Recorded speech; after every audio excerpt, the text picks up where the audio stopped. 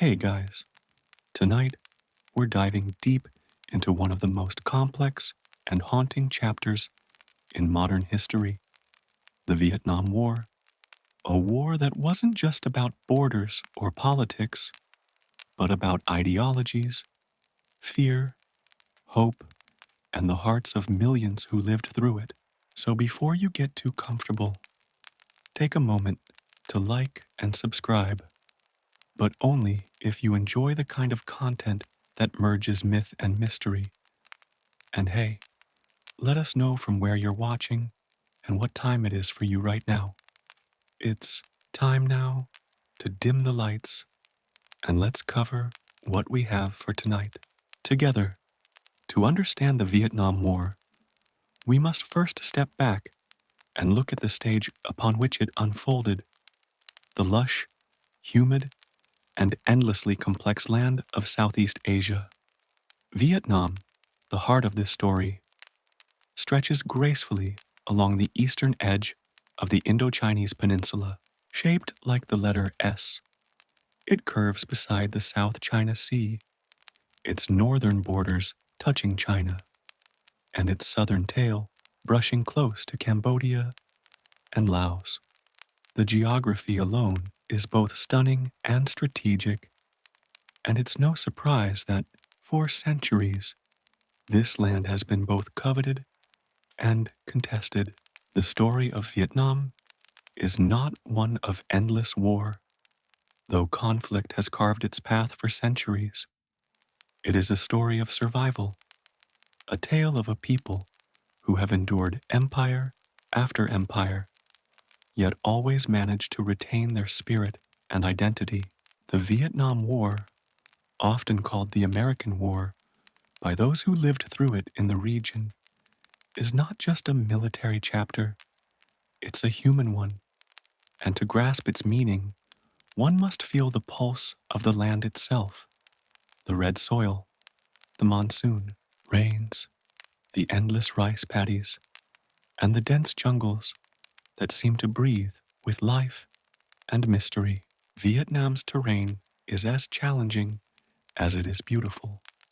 In the north lie rugged highlands and mist-covered mountains, while the central region narrows dramatically into a thin coastal strip, barely 50 kilometers across at its slimmest point. In the south, the land opens again into the vast, fertile Mekong Delta, a labyrinth of rivers and canals that has fed generations. This varied terrain made Vietnam a land of incredible biodiversity, but also a nightmare for soldiers. Every tree could hide an enemy. Every hill could mask a bunker. The people of Vietnam, long before any modern power intervened, lived with the rhythm of this land. Farmers planted rice with bare feet in the paddies. Fishermen cast nets along the shimmering coasts, and families honored ancestors at small shrines in their homes. Centuries of dynasties rose and fell here, from the Nguyen emperors in Hue to the Chinese governors who once ruled during ancient times. But through it all, the Vietnamese cultivated a fierce sense of independence, a pride born from constant resistance to foreign domination. You see, the concept of resisting outsiders is deeply ingrained in Vietnamese history. For more than 1,000 years, from around 111 BC to 938 AD, northern Vietnam was under Chinese control. It was a period that shaped the nation's culture. Confucian ideals, written characters, and administrative systems all flowed in from the north. Yet, even under that weight, rebellion flickered. Heroes like the Trung sisters, two women who led an uprising against the Han dynasty in the 1st century AD, became symbols of defiance. Their names whispered for generations as proof that the Vietnamese spirit could never truly be subdued. Fast forward to the late 19th century, and another foreign flag appeared, the tricolor of France. By the 1880s, France had established full colonial control over what became known as French Indochina, a union of Vietnam, Laos, and Cambodia. The French built railways and ports, extracted resources, and imposed European systems, but they also sowed the seeds of resentment. Vietnamese peasants worked the plantations and mines for the benefit of others, while their own culture and freedom were suppressed. Education was limited, political dissent was punished, and traditional ways were slowly replaced with Western ideals. Yet beneath the surface, nationalism simmered. The Vietnamese had endured centuries of domination and learned the art of survival through patience and unity.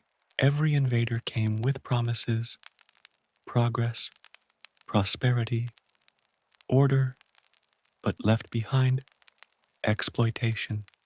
By the early 20th century, whispers of revolution began to spread through the villages, markets, and universities. Young men and women dreamed of independence, inspired by the winds of change sweeping across Asia after World War I.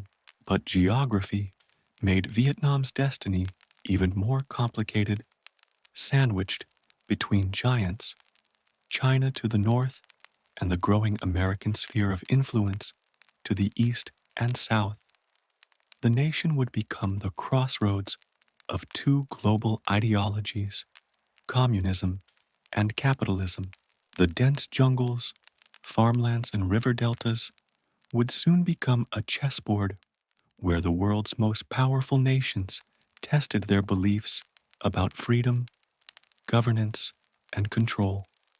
Before the war became America's nightmare, Vietnam was already a battlefield of ideas. The struggle for self-determination wasn't new, it was ancient, resurfacing yet again under a different banner. The names might have changed, the uniforms might have modernized, but the essence remained the same. The Vietnamese people wanted to decide their own fate. In the decades leading up to the 1950s, global politics were transforming rapidly. The Cold War was beginning, a silent yet deadly standoff between two superpowers, the United States and the Soviet Union. Across the globe, newly independent nations were forced to choose sides or risk being caught between them. Vietnam, still emerging from its colonial shackles, became a perfect fault line. The beauty of Vietnam was deceptive. The breathtaking landscapes, emerald mountains, winding rivers, and whispering bamboo forests masked the tension building beneath. Its villages, though peaceful on the surface, became hotbeds of political discussion. Propaganda posters began to appear, songs of liberation filled the air, and whispers of rebellion grew louder in tea houses and classrooms. It was a country awakening after centuries of submission, and awakenings, as history often shows, are never peaceful. But it's important to pause here and understand something crucial. The Vietnam War was never just about Vietnam. It was about a global struggle between two visions of the future. To the West, communism represented oppression and loss of freedom. To many in the East, it represented equality, unity, and independence from imperial powers. The war that would soon follow wasn't born from hatred between Vietnamese and Americans. It was born from misunderstanding, ideology, and fear. And yet, for all its complexity, the first seeds of the Vietnam War were sown in the soil of this land, rich, wet and eternal, a place where empires came and went, where cultures blended, and where the heartbeat of Southeast Asia still echoed through the hum of cicadas and the distant rumble of thunder.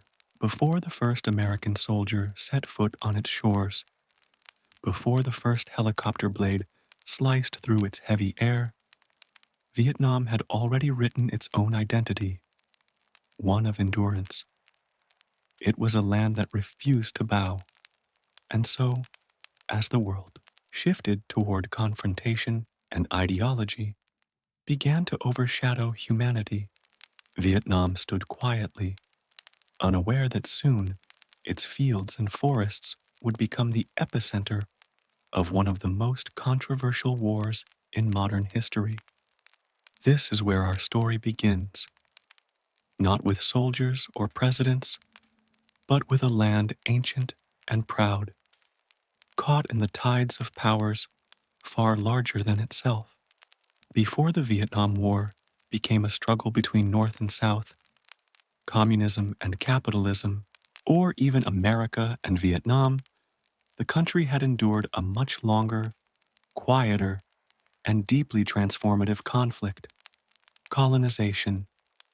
For nearly a century, Vietnam had been under the control of the French Empire, a period that profoundly shaped the social, economic, and political landscape of the nation. Understanding this era is essential because the roots of the Vietnam War are entwined with the scars, resentments, and aspirations created during colonial rule. The French first began to establish a foothold in Vietnam during the early 19th century. Initially, French missionaries arrived, seeking to spread Christianity among the predominantly Buddhist population.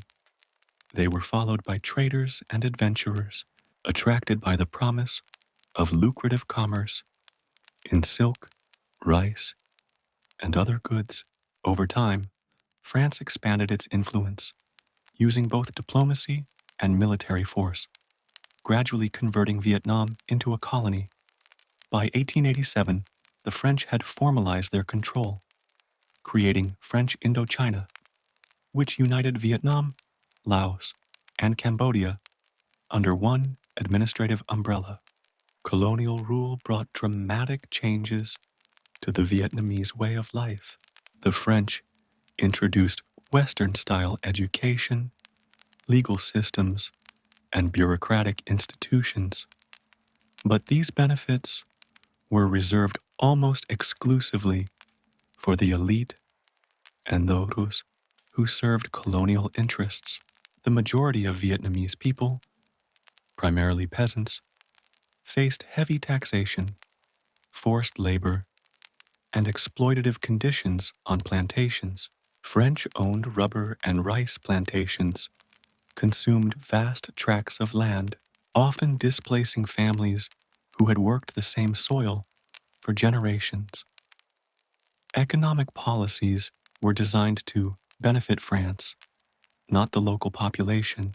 Vietnamese farmers were compelled to grow cash crops, such as rubber and opium, for export, while their own rice production often fell short to feed the local population. As a result, famine and poverty became common.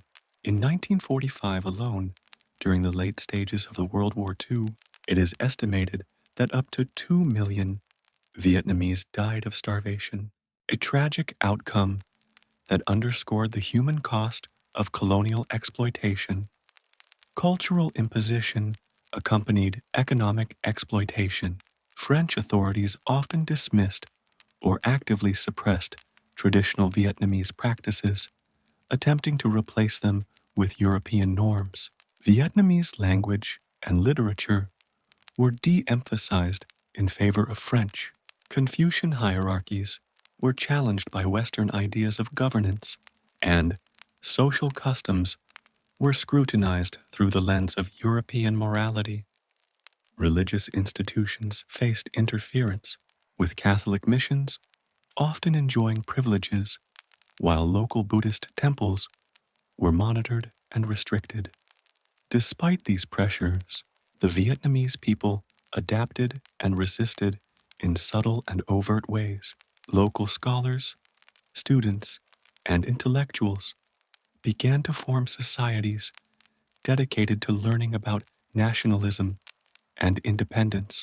Secret societies and revolutionary groups emerged in villages and cities, studying foreign ideologies from socialism to communism in hopes of imagining a future where Vietnam could reclaim its sovereignty. The French, focused on maintaining their empire, underestimated how deeply these ideas would take root. World events accelerated the rise of Vietnamese nationalism. During World War I, many Vietnamese were conscripted to fight for France in Europe, and they witnessed both the horrors of modern warfare and the promises of liberty in Western rhetoric. These experiences planted seeds of discontent. Soldiers who returned home brought stories of injustice and inequality, fueling revolutionary thought. During the interwar years, a series of small uprisings and protests occurred, each suppressed violently by colonial authorities, each leaving behind a legacy of bitterness and determination. The figure who would eventually embody this struggle was Ho Chi Minh. Born in 1890, Ho traveled the world, experiencing firsthand the inequalities imposed by imperial powers. He lived in France, the United States, and the Soviet Union, studying politics and economics and absorbing revolutionary ideas. For him, the plight of Vietnam was not just a local or national concern. It was part of a global struggle against oppression and imperialism. He understood that Vietnam could not simply demand independence from France. It needed an ideology, a movement, and a strategy to succeed. Ho Chi Minh's return to Vietnam in the 1940s marked a turning point. He founded the Viet Minh, an organization committed to national liberation. The Viet Minh sought to unite all Vietnamese, regardless of class or religion, under the banner of independence. They combined guerrilla tactics with political organization, and their appeal grew as French control weakened, particularly after the disruption of World War II. The end of World War II further highlighted the fragility of colonial rule. Japan had occupied Vietnam during the war, forcing the French to retreat temporarily. When Japan surrendered in 1945, a power vacuum emerged. Ho Chi Minh seized the moment, declaring Vietnam's independence on September 2, 1945, citing the principles of self-determination and freedom that had inspired him during his travels abroad. The Democratic Republic of Vietnam was born. Yet, the French, determined to regain their colony, were unwilling to relinquish control. The stage for the next conflict, the First Indochina War, was set. Colonial legacies shaped more than just the political landscape. The education system, economic structures, and even the roads and cities built by the French influenced the way future conflicts unfolded. Cities like Hanoi and Saigon became centers of administration, military strategy, and propaganda. Railroads, initially constructed for economic purposes, became vital for moving troops and supplies during wartime. The French had inadvertently created the infrastructure that would later facilitate both the war and the revolutionary effort. Colonization also left deep social divisions. Wealth and education became concentrated in urban elites, while rural peasants, who made up the majority of the population, remained marginalized. These inequalities made the promises of revolutionary movements appealing. The Viet Minh could offer not just independence, but the possibility of a new social order where peasants would have a voice, land could be redistributed, and foreign domination would end. It is critical to understand that the shadows of colonization were not just political or economic, they were psychological and cultural. The Vietnamese learned both the strengths and weaknesses of Western powers. They studied the tools of empire, the use of bureaucracy, military organization, and diplomacy, all while developing strategies to resist domination. This knowledge would become essential in the decades that followed, particularly when confronting a new foreign power, the United States. By the time the French were finally defeated at Dien Bien Phu in 1954, Vietnam had been thoroughly transformed by a century of colonization. The people had endured exploitation, famine, and oppression, but they had also absorbed lessons in strategy, resilience, and leadership. The colonial experience was brutal, yet it forged the foundations of a nation ready to reclaim its destiny. So, when we look at the Vietnam War with America, it is essential to remember that this conflict was the continuation of a much longer struggle. It was the next chapter in a story that began under foreign control, a story where Vietnam's people had already proven they could endure, resist, and survive. The shadows of colonization would linger throughout the war, in the strategies used, the motivations of leaders, and the collective memory of a nation determined never to bow again. When discussing the Vietnam War, one name looms larger than almost any other: Ho Chi Minh. To understand the complexity of the war and the deep resilience of the Vietnamese people, it is essential to explore the life, vision, and revolutionary strategy of this extraordinary leader. Ho Chi Minh was not merely a politician or a military strategist. He was the embodiment of Vietnam's centuries-long struggle for independence, the living symbol of hope, and the architect of a national movement that would challenge not only colonial powers, but the might of the United States itself. Born Nguyen Sin Cung in 1890 in a small village in central Vietnam, Ho Chi Minh grew up in a country under French colonial rule. From an early age, he witnessed the inequalities and injustices imposed upon his people. His father, a teacher and a scholar, instilled in him the value of education. But the young Nguyen quickly became aware that learning alone was insufficient in a land where oppression was systemic.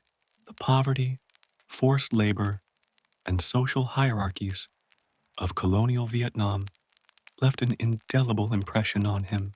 Even as a child, he understood that Vietnam's path to freedom would require more than protest. It would require strategy, discipline, and a vision of a united nation.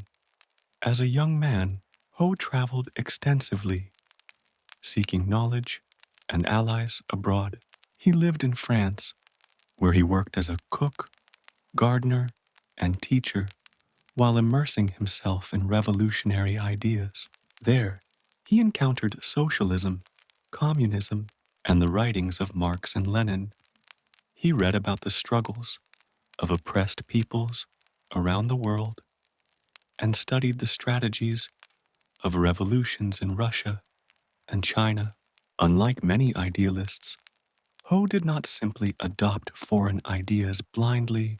He synthesized them, shaping them to suit the unique realities of Vietnam. He understood that any ideology imported from abroad had to be adapted to a society rooted in rice fields, villages, and centuries of local culture. Ho Chi Minh's travels also took him to the United States, where he briefly worked in Washington, D.C. and New York. He observed American society, its politics, and its promises of democracy. He admired certain principles, particularly those related to self-determination and freedom, which he later cited in his own declarations. Yet he also saw the inequalities and racial prejudices that undermined these ideals. These observations deepened his conviction that true independence required not only the end of foreign domination, but also the creation of a society built on equality, justice, and national unity. By the late 1920s and early 1930s, Ho Chi Minh became increasingly involved in organized political movements. He joined the French Communist Party, seeing communism as a practical tool to achieve national liberation. For Ho, Marxism was not merely an ideology, it was a framework for mobilizing the masses, particularly the rural peasantry who made up the majority of Vietnam's population. Unlike some revolutionary leaders who focused only on urban elites or intellectual circles, Ho believed that genuine change required the participation of the people at every level of society. In 1941, Ho Chi Minh returned to Vietnam after decades abroad. The world was in turmoil. World War II was raging, and Japan had invaded Vietnam, forcing the French colonial administration into a precarious position. Ho saw an opportunity. He founded the Viet Minh, officially known as the League for the Independence of Vietnam. Its goal was clear: to achieve national liberation, expel foreign powers, and unite the country under a common cause. The Viet Minh combined political organization, propaganda, and guerrilla tactics, creating a disciplined yet flexible movement that could operate in both cities and remote jungles. The Viet Minh's approach was revolutionary not only in military terms, but also in social strategy. Ho Chi Minh emphasized land reform and promised to redistribute land to poor peasants, thereby gaining popular support. Villagers were encouraged to participate in local governance, learn to read, and engage in political discussions. The movement was inclusive, attracting both men and women, scholars and farmers, students and laborers. Ho understood that national liberation was inseparable from social reform, that a country could not be free externally if inequality and injustice remained entrenched internally. During this period, Ho Chi Minh also became adept at diplomacy. He navigated complex relationships with foreign powers, including the Soviet Union and China, securing both political guidance and material support for his movement. Yet he was careful to maintain a sense of independence. Unlike many revolutionary leaders of the time, Ho did not allow Vietnam's struggle to be dictated solely by external powers. His vision was clear: Vietnam's independence had to be Vietnamese-led, Vietnamese-owned, and Vietnamese-defended. The seeds of revolution that Ho planted during this time would grow in profound ways. Under his leadership, the Viet Minh successfully mobilized large segments of the population, particularly in the northern regions. They built underground networks, trained soldiers in guerrilla tactics, and prepared for a conflict that would eventually challenge both France and later the United States. By the time World War II ended, Ho Chi Minh had created a movement capable of seizing the moment and declaring independence for Vietnam, an achievement few could have imagined just years earlier. Ho Chi Minh's Declaration of Independence on September 2nd, 1945, was both symbolic and strategic. Speaking in Hanoi, He invoked principles from the U.S. Declaration of Independence while articulating a vision for a unified, free, and independent Vietnam. The declaration was not simply a political statement, it was a call to action for the people of Vietnam, an invitation to join a movement that promised not just freedom from foreign domination, but also the creation of a society where their labor, sacrifices, and lives could matter. Yet Ho's vision also created inevitable tensions. While the Viet Minh enjoyed widespread support in the north, the south remained more complex, with a mix of French influence, local elites, and emerging nationalist groups who had different ideas about governance and the path forward. Ho understood that winning independence would require not only military strength, but also political skill, patience, and the ability to unify diverse factions under a single banner. By the early 1950s, Ho Chi Minh had become more than a revolutionary leader. He was a symbol to millions of Vietnamese. He represented resilience, vision, and the possibility of a future free from foreign control. To foreign powers, he was both a threat and a mystery, a man who combined ideological conviction with pragmatic strategy and whose movement seemed unstoppable. The seeds of revolution that Ho Chi Minh planted during his life were the foundation of everything that would follow, from the First Indochina War against the French to the later struggle against American involvement. His influence shaped the tactics, ideology, and resilience of the Vietnamese people.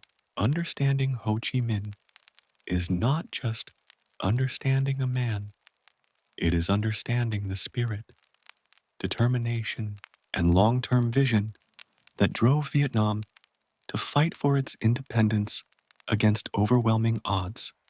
In essence, Ho Chi Minh was the embodiment of Vietnam's centuries long struggle, a person who had seen the world, understood the forces arrayed against his country, and dedicated his life to preparing his people for the challenges ahead. The seeds of revolution he planted were both practical and symbolic, ensuring that when foreign powers arrived, they would encounter not just a country, but a nation determined to shape its own destiny, no matter the cost. After Ho Chi Minh boldly declared Vietnam's independence in 1945, the country was caught in a delicate and dangerous balance.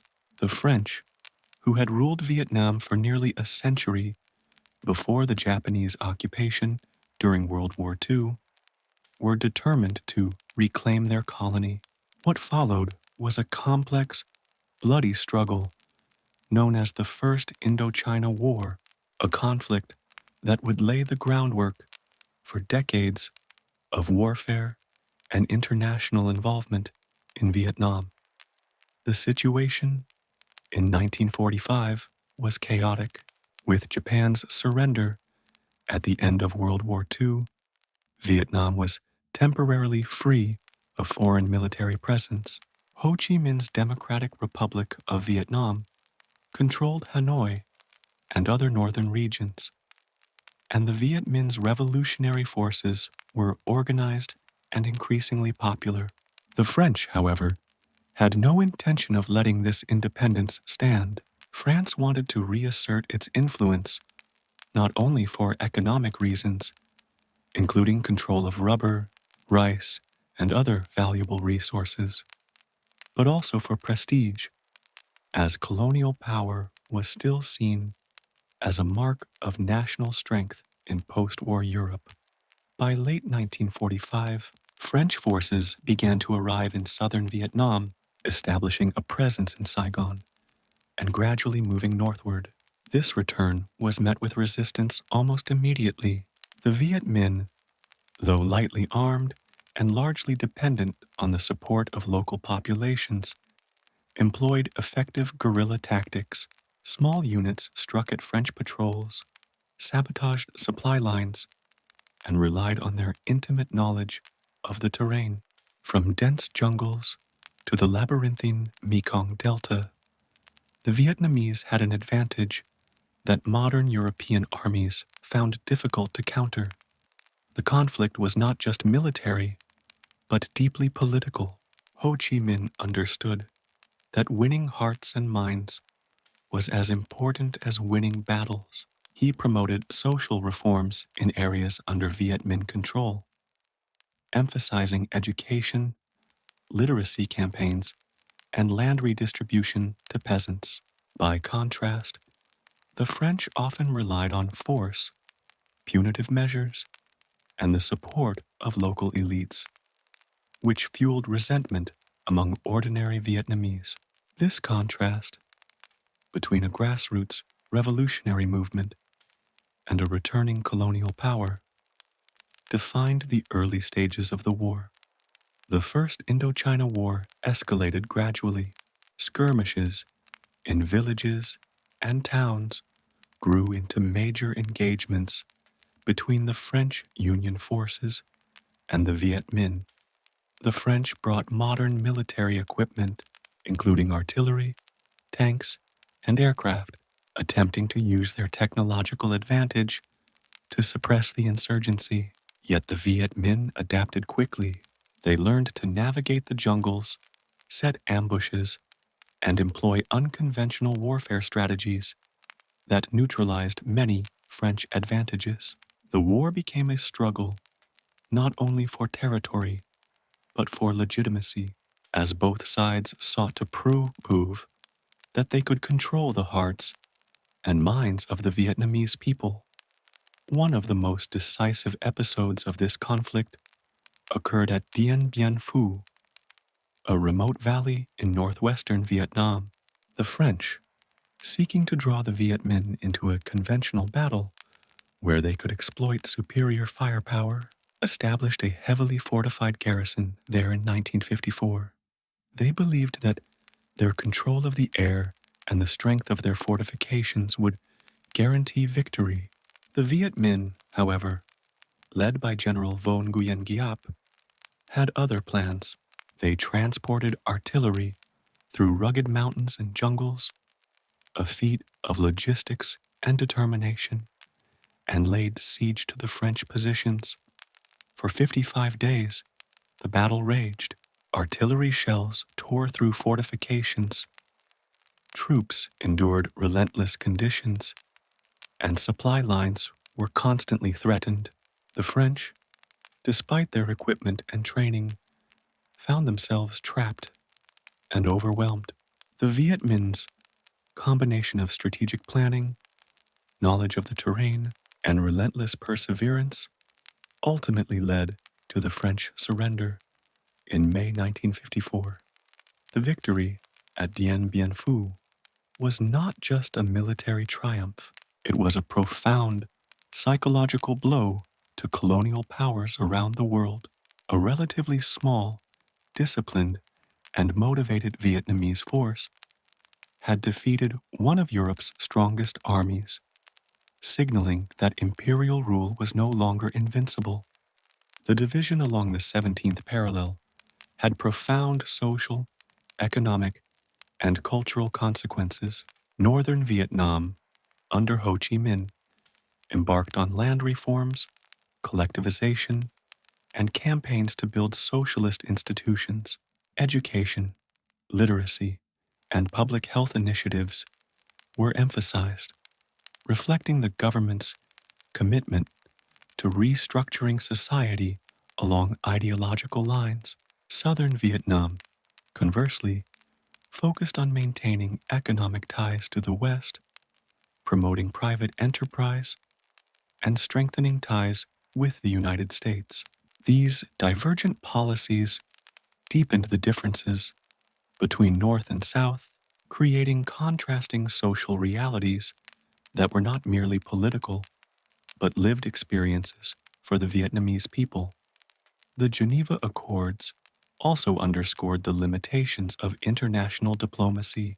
While intended to create a temporary solution, The agreement reflected the compromises and concessions of global powers rather than the full aspirations of the Vietnamese people. The reality on the ground was far more complex, with local politics, regional loyalties, and revolutionary ambitions often clashing with the diplomatic framework imposed by foreign powers. In essence, the Accords were both a milestone in ending French colonial control and a prelude to a new phase of conflict, this time involving the United States. In retrospect, the Geneva Accords were a turning point in Vietnamese history. They officially ended French colonial rule, formalized the division of the country, and created the conditions for future international involvement. Yet they also sowed seeds of mistrust, division, and political polarization that would explode into full-scale war in the years to come. The temporary division along the 17th parallel became a lasting fault line, symbolizing both hope for independence and the fragility of peace. Understanding the Geneva Accords is crucial because they illustrate how international negotiations, ideological conflicts, and local ambitions intersected to shape modern Vietnam. They demonstrate the challenges of creating lasting solutions in a country emerging from centuries of colonization and conflict, and they reveal how a temporary compromise intended to prevent further bloodshed inadvertently set the stage for a much larger, more devastating struggle, the Vietnam War with America. In the end, the Geneva Accords were not just a diplomatic document, they were a reflection of the tensions, hopes, and fears of a nation caught between its past, its present, and the uncertain future of a divided world.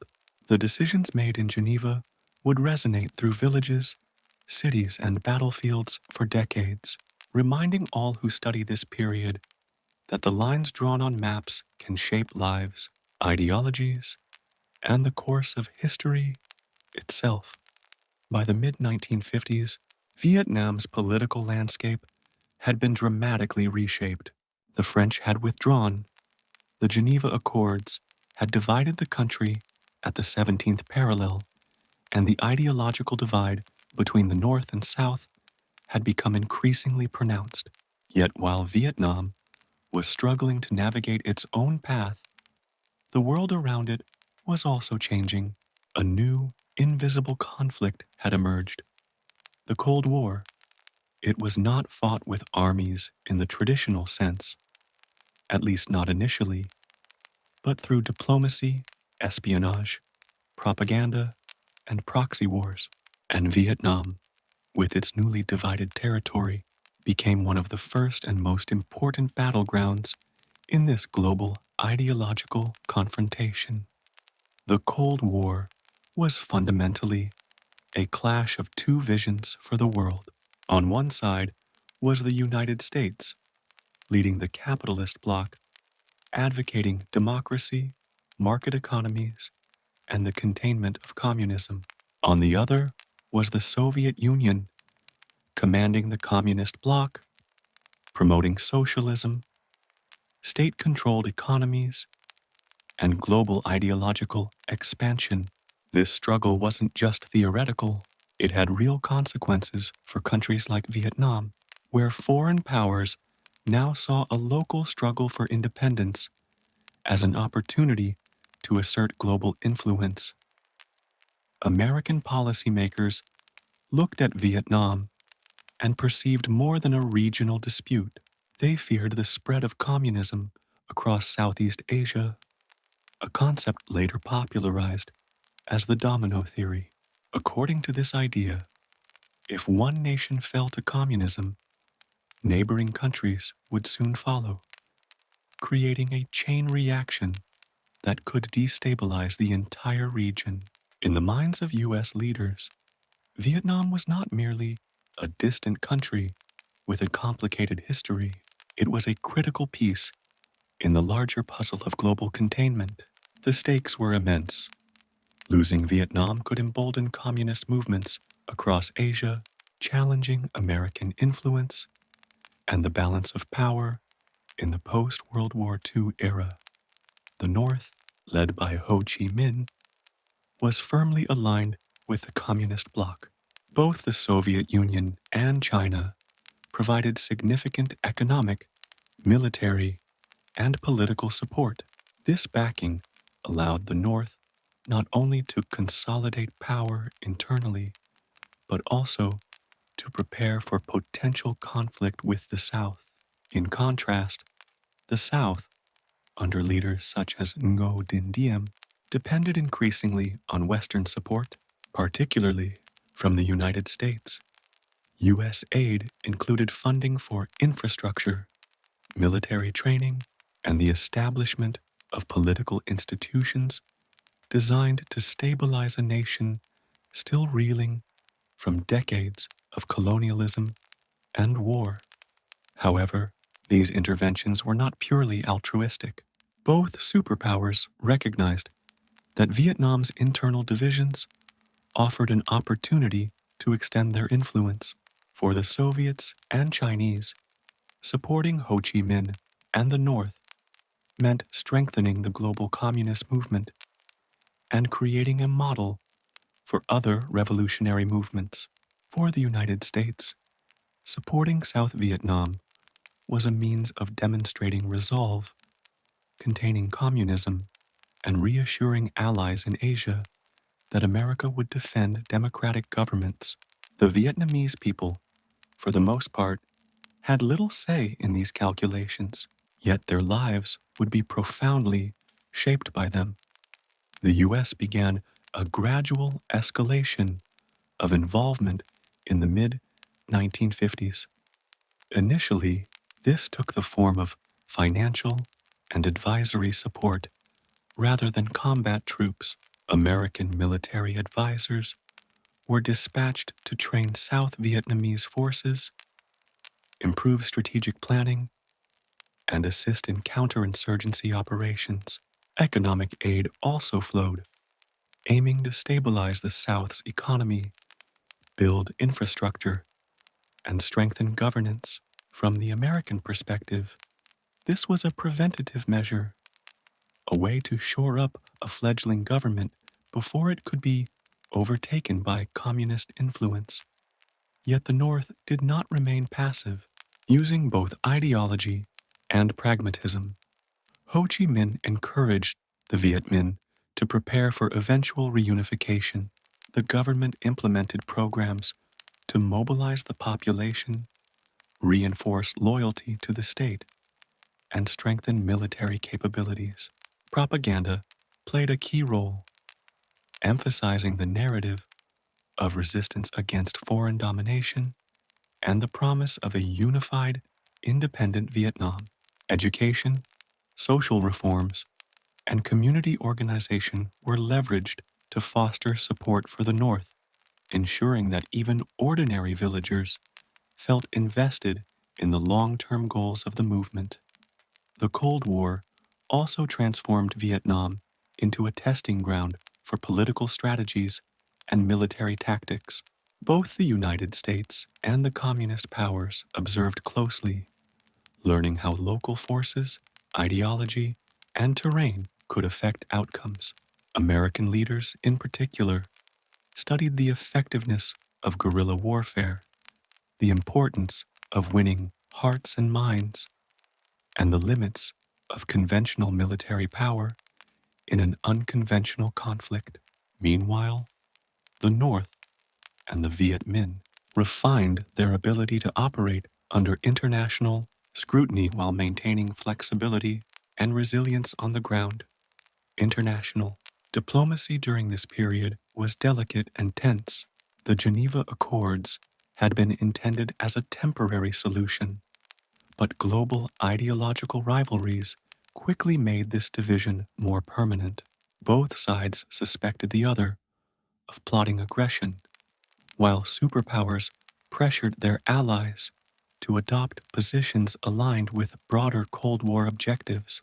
This dynamic turned Vietnam from a regional conflict into a focal point of global attention. Every military action, every political maneuver, and every policy decision in Vietnam was now part of a larger narrative, the ongoing struggle between capitalism and communism. The Cold War also heightened the stakes for civilians.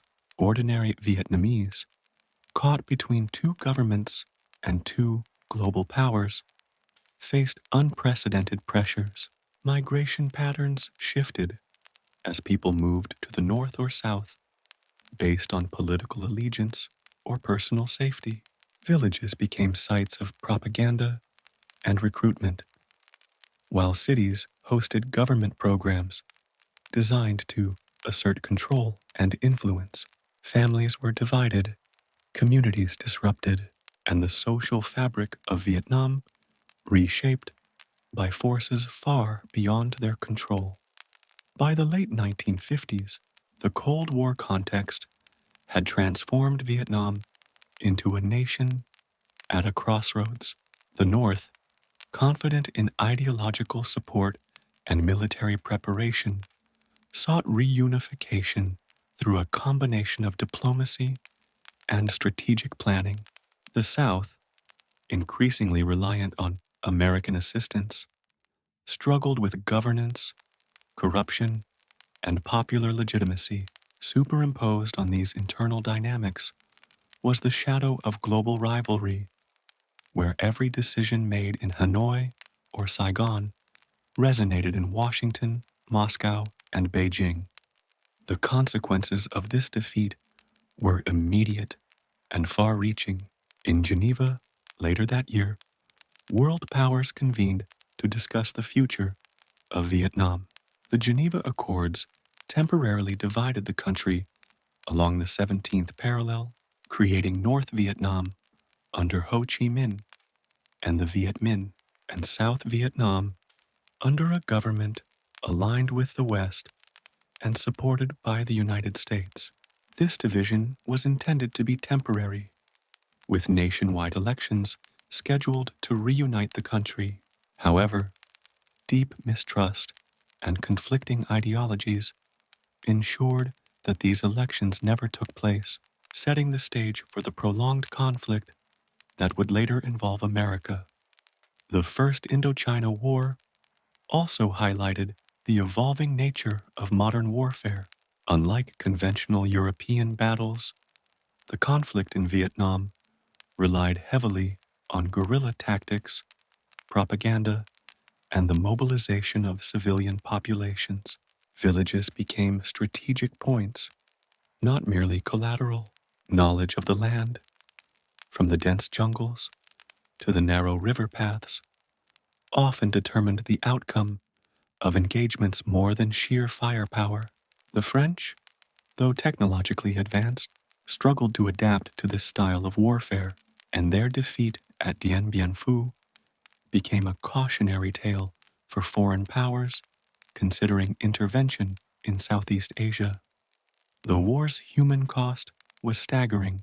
Tens of thousands of Vietnamese died in combat, while countless more suffered from famine, disease, and displacement.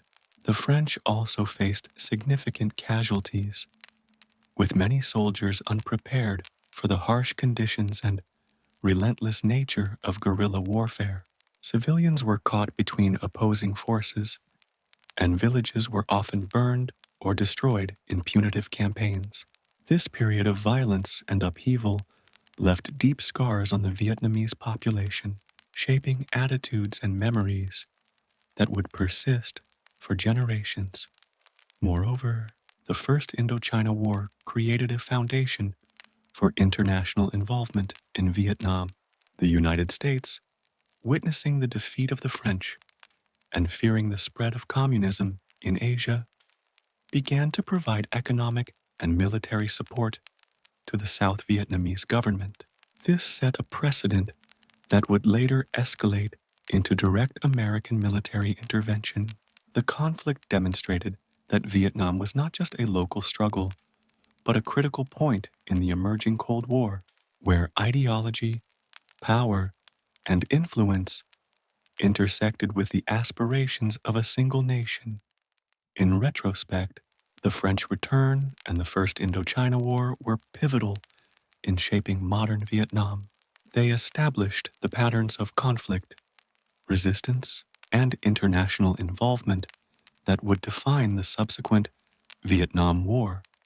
They also reinforced the resilience of the Vietnamese people, who, despite facing a technologically superior opponent, leveraged strategy, determination, and unity to assert their right to self-determination. The war ended with the French retreat, but the fight for Vietnam's future was far from over. What emerged from this period was a nation divided ideologically and geographically, yet bound by a shared history of resistance. The victory at Dien Bien Phu, the struggles in villages across the north, and the political negotiations that followed created the framework for a conflict that would soon engulf not only Vietnam, but also the world's most powerful nations. In essence, the First Indochina War was both an ending and a beginning, the conclusion of French colonial rule in Vietnam, and the prelude to a new, even more complex chapter in the country's history. It was a testament to the strategic brilliance of the Viet Minh, the vision of Ho Chi Minh, and the enduring spirit of a people who had endured centuries of foreign domination. By 1954, the First Indochina War had left Vietnam exhausted, scarred, and yearning for peace. The French had been decisively defeated at Dien Bien Phu, and the international community now faced the challenge of determining Vietnam's future. This challenge was addressed in Geneva, Switzerland, where representatives from multiple countries convened to negotiate the end of hostilities and a framework for the country's governance. The result, the Geneva Accords, would leave an indelible mark on Vietnam, setting the stage for one of the most complex conflicts of the 20th century, the Vietnam War with America. The Geneva Conference began in April 1954, bringing together representatives from France, the United Kingdom, the Soviet Union, China, the United States, and, crucially, both the North and South Vietnamese delegations. The discussions were tense, reflecting not only the immediate need for a resolution, but also the larger geopolitical currents of the early Cold War. The world was divided into ideological camps: the capitalist West, led by the United States, and the communist East, led by the Soviet Union and China. Vietnam, freshly emerging from French colonial rule, was quickly entangled in these global tensions, despite its own people's desire for independence and unity. One of the most critical outcomes of the Geneva Accords was the temporary division of Vietnam along the 17th parallel. The northern region, roughly one-third of the country, came under the control of Ho Chi Minh and the Viet Minh, representing a communist government committed to national unification under socialist principles. The southern region, comprising the remaining two-thirds, was placed under a government aligned with Western powers, later led by Ngo Dinh Diem and heavily supported by the United States. The division was officially meant to be temporary, a practical compromise, allowing time for a peaceful settlement, with nationwide elections scheduled for 1956 to determine the future political structure of the country. However, this division was deeply symbolic, and it created a tension that would fuel decades of conflict. The 17th parallel was more than a line on a map. It was a dividing line between ideologies cultures, and visions for Vietnam's future. The North, having endured years of revolutionary struggle, believed in a unified Vietnam governed by socialist principles. The South, influenced by colonial legacies and Western support, leaned toward a capitalist, anti-communist system. This ideological rift was complicated further by local politics, regional loyalties, and the ambitions of individual leaders, ensuring that the temporary division would soon become a permanent source of conflict. The Accords also addressed military and administrative issues, including the withdrawal of French forces and the placement of troops. French soldiers were scheduled to leave northern territories, while the Viet Minh retained control. In the south, French-trained troops were meant to stabilize the government and maintain order until elections could occur. Yet, despite these arrangements, enforcement was tenuous and mistrust ran deep. Both sides began to prepare for the possibility that the elections might never happen and that a struggle for the entire country was inevitable. An essential element of the Geneva Accords was the prohibition of foreign military bases in Vietnam, at least in principle. The intention was to prevent the country from becoming a battleground for international powers.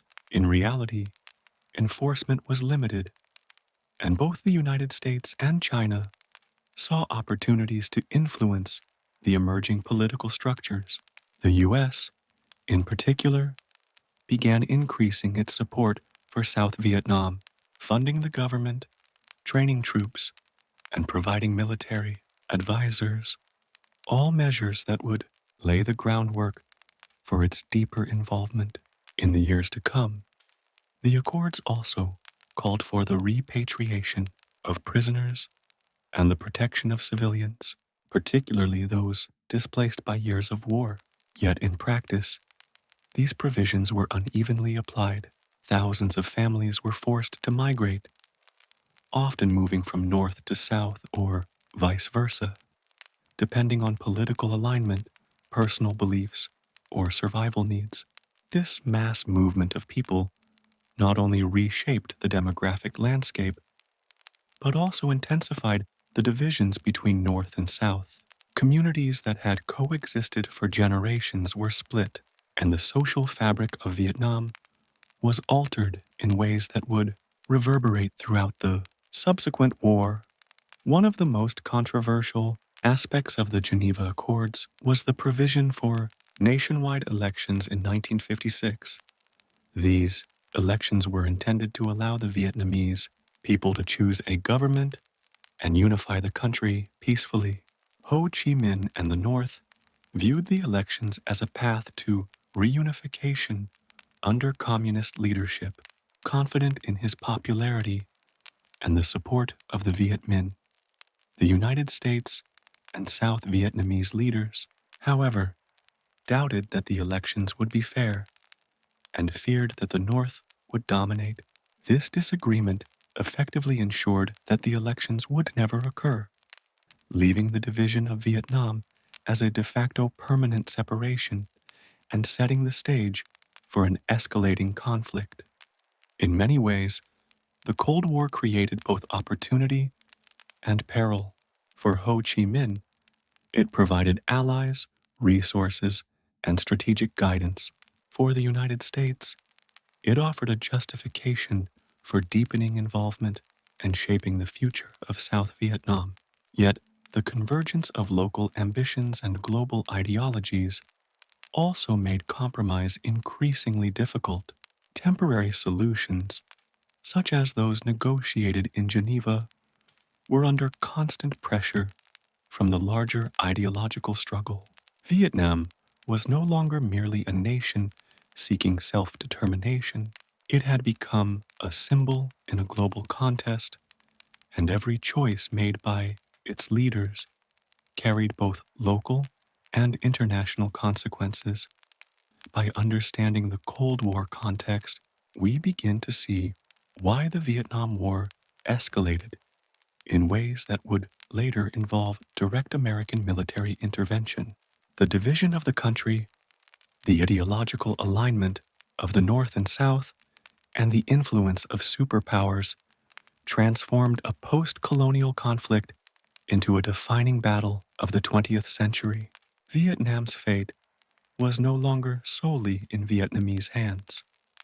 It was now entwined with the calculations, fears, and ambitions of nations across the globe.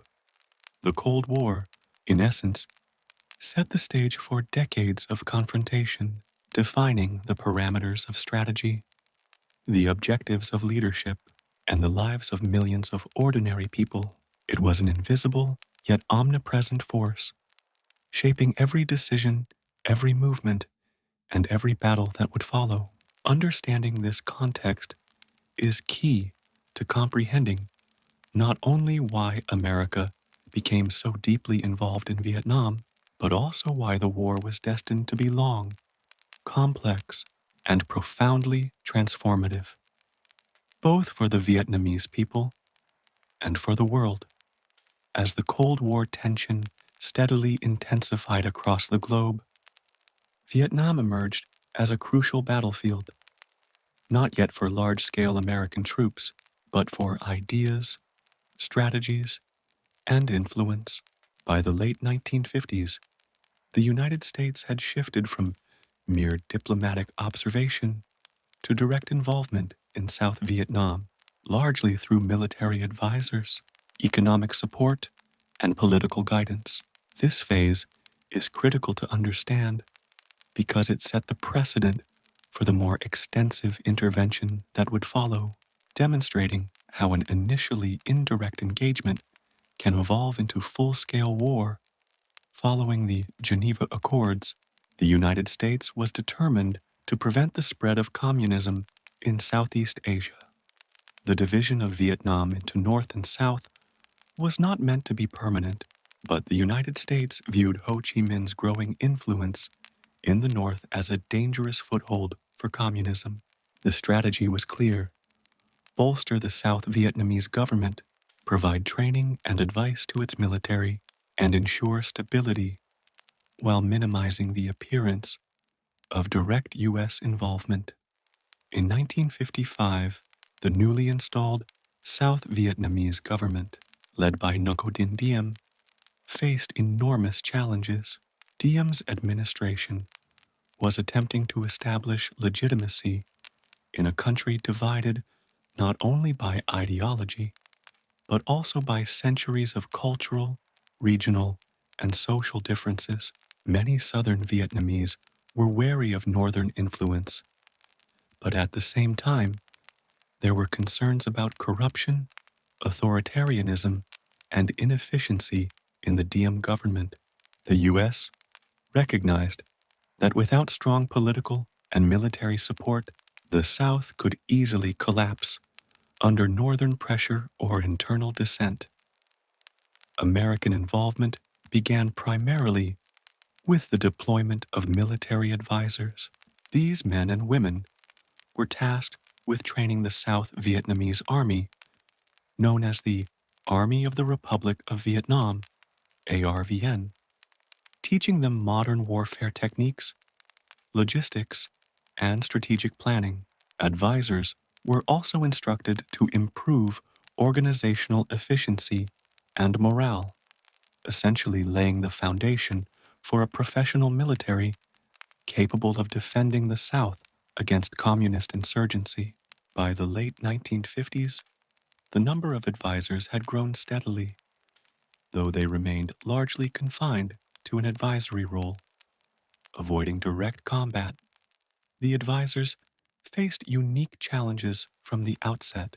Unlike European armies, the ARVN had to contend with a mix of loyalty, training disparities, and local skepticism. Soldiers often came from diverse regions, spoke different dialects, and were influenced by a variety of local traditions. Discipline was inconsistent, and desertion was common. Advisors worked not only to improve combat readiness, but also to instill a sense of unity and national purpose in a military deeply fragmented by history and circumstance. These efforts were critical, as the effectiveness of the ARVN would ultimately determine whether South Vietnam could resist Northern and Communist influence. Parallel to military assistance, the United States also provided significant economic and infrastructural aid.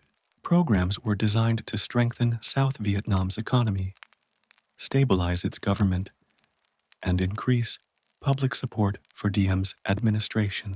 Roads, hospitals, schools, and government institutions received funding and expertise, and the goal was to demonstrate that a U.S. aligned South Vietnam could deliver prosperity and stability, contrasting with the Communist North.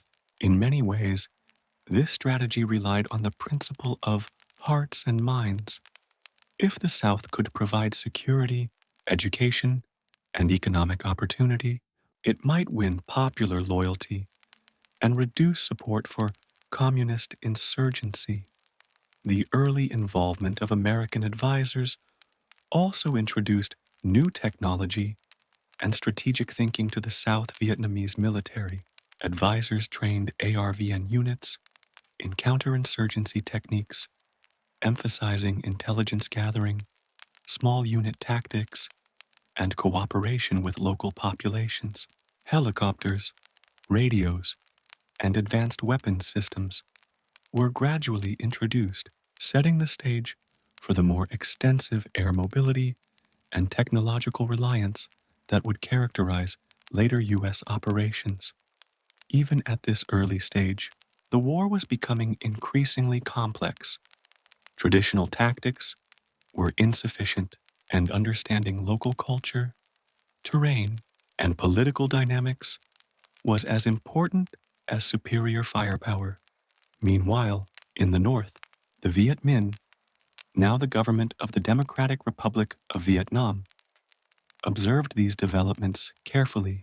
Ho Chi Minh and his generals recognized that American involvement, even at an advisory level, represented a growing commitment to the South.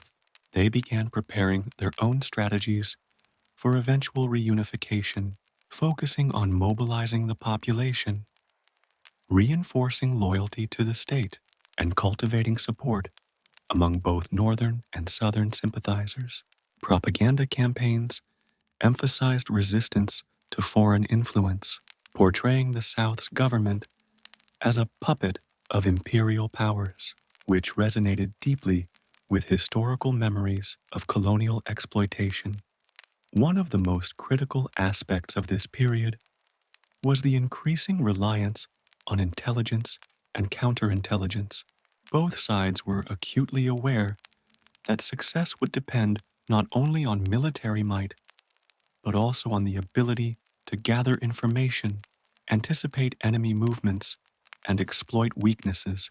The North used networks of sympathizers in the South to gain intelligence, while the U.S. and South Vietnamese forces relied on spies, informants, and technical surveillance. This emphasis on information, strategy, and adaptability foreshadowed the nature of the Vietnam War as a conflict, defined as much by covert operations and psychological tactics as by conventional battles. The presence of American advisors also had a profound psychological and political effect. Their arrival signaled to both the South Vietnamese and international observers that the United States was serious about supporting anti-communist regimes in Asia. For the South, this support provided a sense of legitimacy, while for the North, it represented a new challenge, highlighting that any attempt at reunification would face a well-resourced foreign power. The growing involvement of America, even in this limited capacity, began to internationalize the conflict further, drawing it out of purely local or regional concerns and embedding it within the broader Cold War struggle. By the end of the 1950s, the stage was set for a gradual escalation. The South remained fragile, reliant on advisors and foreign aid, while the North was consolidating power and preparing for eventual confrontation. The patterns established during this period, advisory missions, military training, counterinsurgency tactics, and ideological confrontation, would later expand into full-scale war, illustrating how early involvement, even when indirect, can fundamentally shape the trajectory of a conflict. In retrospect, the arrival of American advisors was more than a tactical decision. It marked the beginning of America's deep entanglement in Vietnam. While their mission initially focused on training and support, it created networks, influence, and expectations that made withdrawal increasingly complicated. The early years of advisory involvement laid the foundation for the larger, more visible, and more controversial stages of the war, demonstrating how even subtle engagement in a foreign conflict can have profound and lasting consequences. In essence, the advisory period was a bridge between Vietnam's post-colonial independence and the globalized Cold War conflict that would follow. It illustrated the complexities of intervention, the challenges of nation building, and the intricate balance of military, political, and cultural factors in a country struggling to define its own future while the world watched closely. By the late 1950s, South Vietnam faced growing internal unrest. Despite the presence of American advisors, the government of Ngo Dinh Diem struggled to assert authority over rural regions, which made up the vast majority of the country. Many peasants, dissatisfied with corrupt governance, heavy taxation, and land inequality, became increasingly receptive to revolutionary ideas. It was within this environment of tension, discontent, and political instability that the Viet Cong emerged, an insurgent force that would come to define the Vietnam War and challenge the United States in ways few could have anticipated. The term Viet Cong was shorthand for the National Liberation Front, NLF, a coalition of communists, nationalists, and anti-government groups in South Vietnam. Though closely aligned with the North, the Viet Cong were not simply a northern extension. They were deeply rooted in southern communities. Their leaders understood the power of local knowledge, blending political organizing, propaganda, and guerrilla warfare to gain influence among peasants. The Viet Cong's growth was both a response to social grievances and a strategic maneuver in the broader communist plan for reunification. The rise of the Viet Cong was facilitated by the geography and demographics of South Vietnam. The Mekong Delta, with its vast network of rivers and canals, offered natural hiding places, supply routes, and operational flexibility. Dense jungles, rice paddies, and small villages provided cover for insurgent movements and made conventional military campaigns by the South Vietnamese Army and American advisors exceptionally difficult. The Viet Cong capitalized on this, creating underground tunnels, concealed weapons caches, and networks of safe houses that allowed them to strike unexpectedly and vanish without trace. Political strategy was as important as military prowess. The Viet Cong invested heavily in winning the hearts and minds of villagers. They offered protection against corrupt local officials, redistributed land in some areas, and provided education and health care where government services were lacking.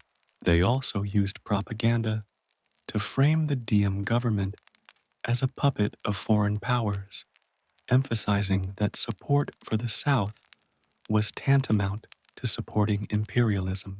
This combination of social programs, political messaging, and military presence allowed the Viet Cong to gain legitimacy among rural populations who had long felt marginalized and ignored. The organization of the Viet Cong was both sophisticated and decentralized. While they maintained connections with Hanoi and received support from North Vietnam, including training, supplies, and strategic guidance, they were largely autonomous at the local level. Units operated independently, adapting their tactics to local conditions, and were often indistinguishable from the civilian population. This blurred line between combatants and non-combatants made conventional military responses risky and complicated, a pattern that would define much of the later conflict. Guerrilla warfare was central to Viet Cong strategy. Unlike the ARVN or conventional American forces, the Viet Cong relied on ambushes, hit-and run attacks, sabotage, and psychological operations. They understood that they could not win a traditional battle against a technologically superior army, so they focused on attrition, patience, and surprise. Small units could disrupt supply lines, attack isolated outposts, and retreat before the enemy could effectively respond. Over time, this strategy eroded morale, created uncertainty, and forced the South Vietnamese and American forces to spread resources thinly across vast areas. Tunnels and hidden infrastructure became symbolic of the Viet Cong's ingenuity and determination. In regions like the Mekong Delta, complex tunnel systems allowed fighters to live, plan, and move undetected. These subterranean networks included kitchens, hospitals, sleeping quarters, and storage rooms, demonstrating remarkable engineering and resilience for American and South Vietnamese forces unfamiliar with the terrain and local culture. The tunnels were both a physical and psychological challenge, making it nearly impossible to identify and eliminate insurgent forces completely. The Viet Cong's propaganda efforts were equally impactful. Leaflets, radio broadcasts, and local messaging emphasized unity, resistance to foreign domination, and social justice. They portrayed themselves not merely as fighters, but as protectors of the people, emphasizing moral authority alongside military capability. This messaging resonated deeply in communities that had experienced decades of colonial exploitation and neglect, allowing the Viet Cong to recruit broadly and maintain popular support. By the early 1960s, the Viet Cong had become a formidable force, capable of challenging the South Vietnamese government and testing the effectiveness of American advisory missions. Their growth reflected both strategic planning from the North and the exploitation of South Vietnam's internal weaknesses. Corruption, unpopular policies, and uneven governance by the Diem administration provided fertile ground for insurgency, while ideological motivation, local knowledge, and organizational skill amplified the Viet Cong's effectiveness. The rise of the Viet Cong also forced the United States to reconsider its role in Vietnam. Advisors had initially believed they could train and support South Vietnamese forces to maintain stability, but the emergence of an organized insurgent movement highlighted the limits of conventional strategies. Counterinsurgency, intelligence operations, and political outreach became increasingly important, signaling a shift in American involvement from support to active engagement. Socially, the presence of the Viet Cong transformed daily life in the South. Villagers lived in a delicate balance, navigating pressures from both government forces and insurgents. Loyalty was a complex and often dangerous decision, influenced by ideology, survival, and family connections.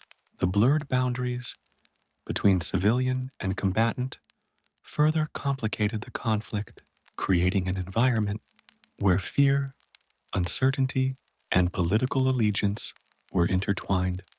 By the mid 1960s, the Viet Cong had solidified their presence, proving that local insurgencies could exploit both geography and social conditions to challenge much larger, better equipped forces.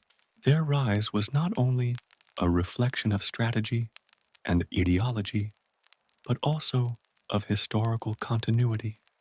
Centuries of resistance against foreign powers had created a culture of resilience, ingenuity, and adaptability that the Viet Cong embodied in every ambush, propaganda message, and tunnel they constructed.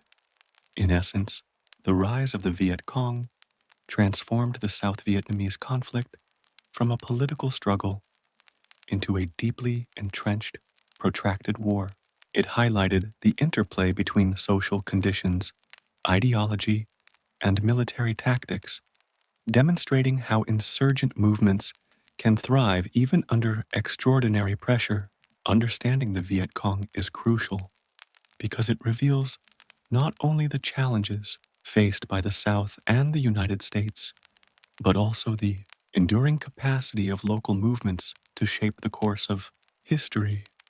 By the time large-scale American intervention began in the mid-1960s, the Viet Cong had already demonstrated the effectiveness of guerrilla warfare, political mobilization, and ideological commitment.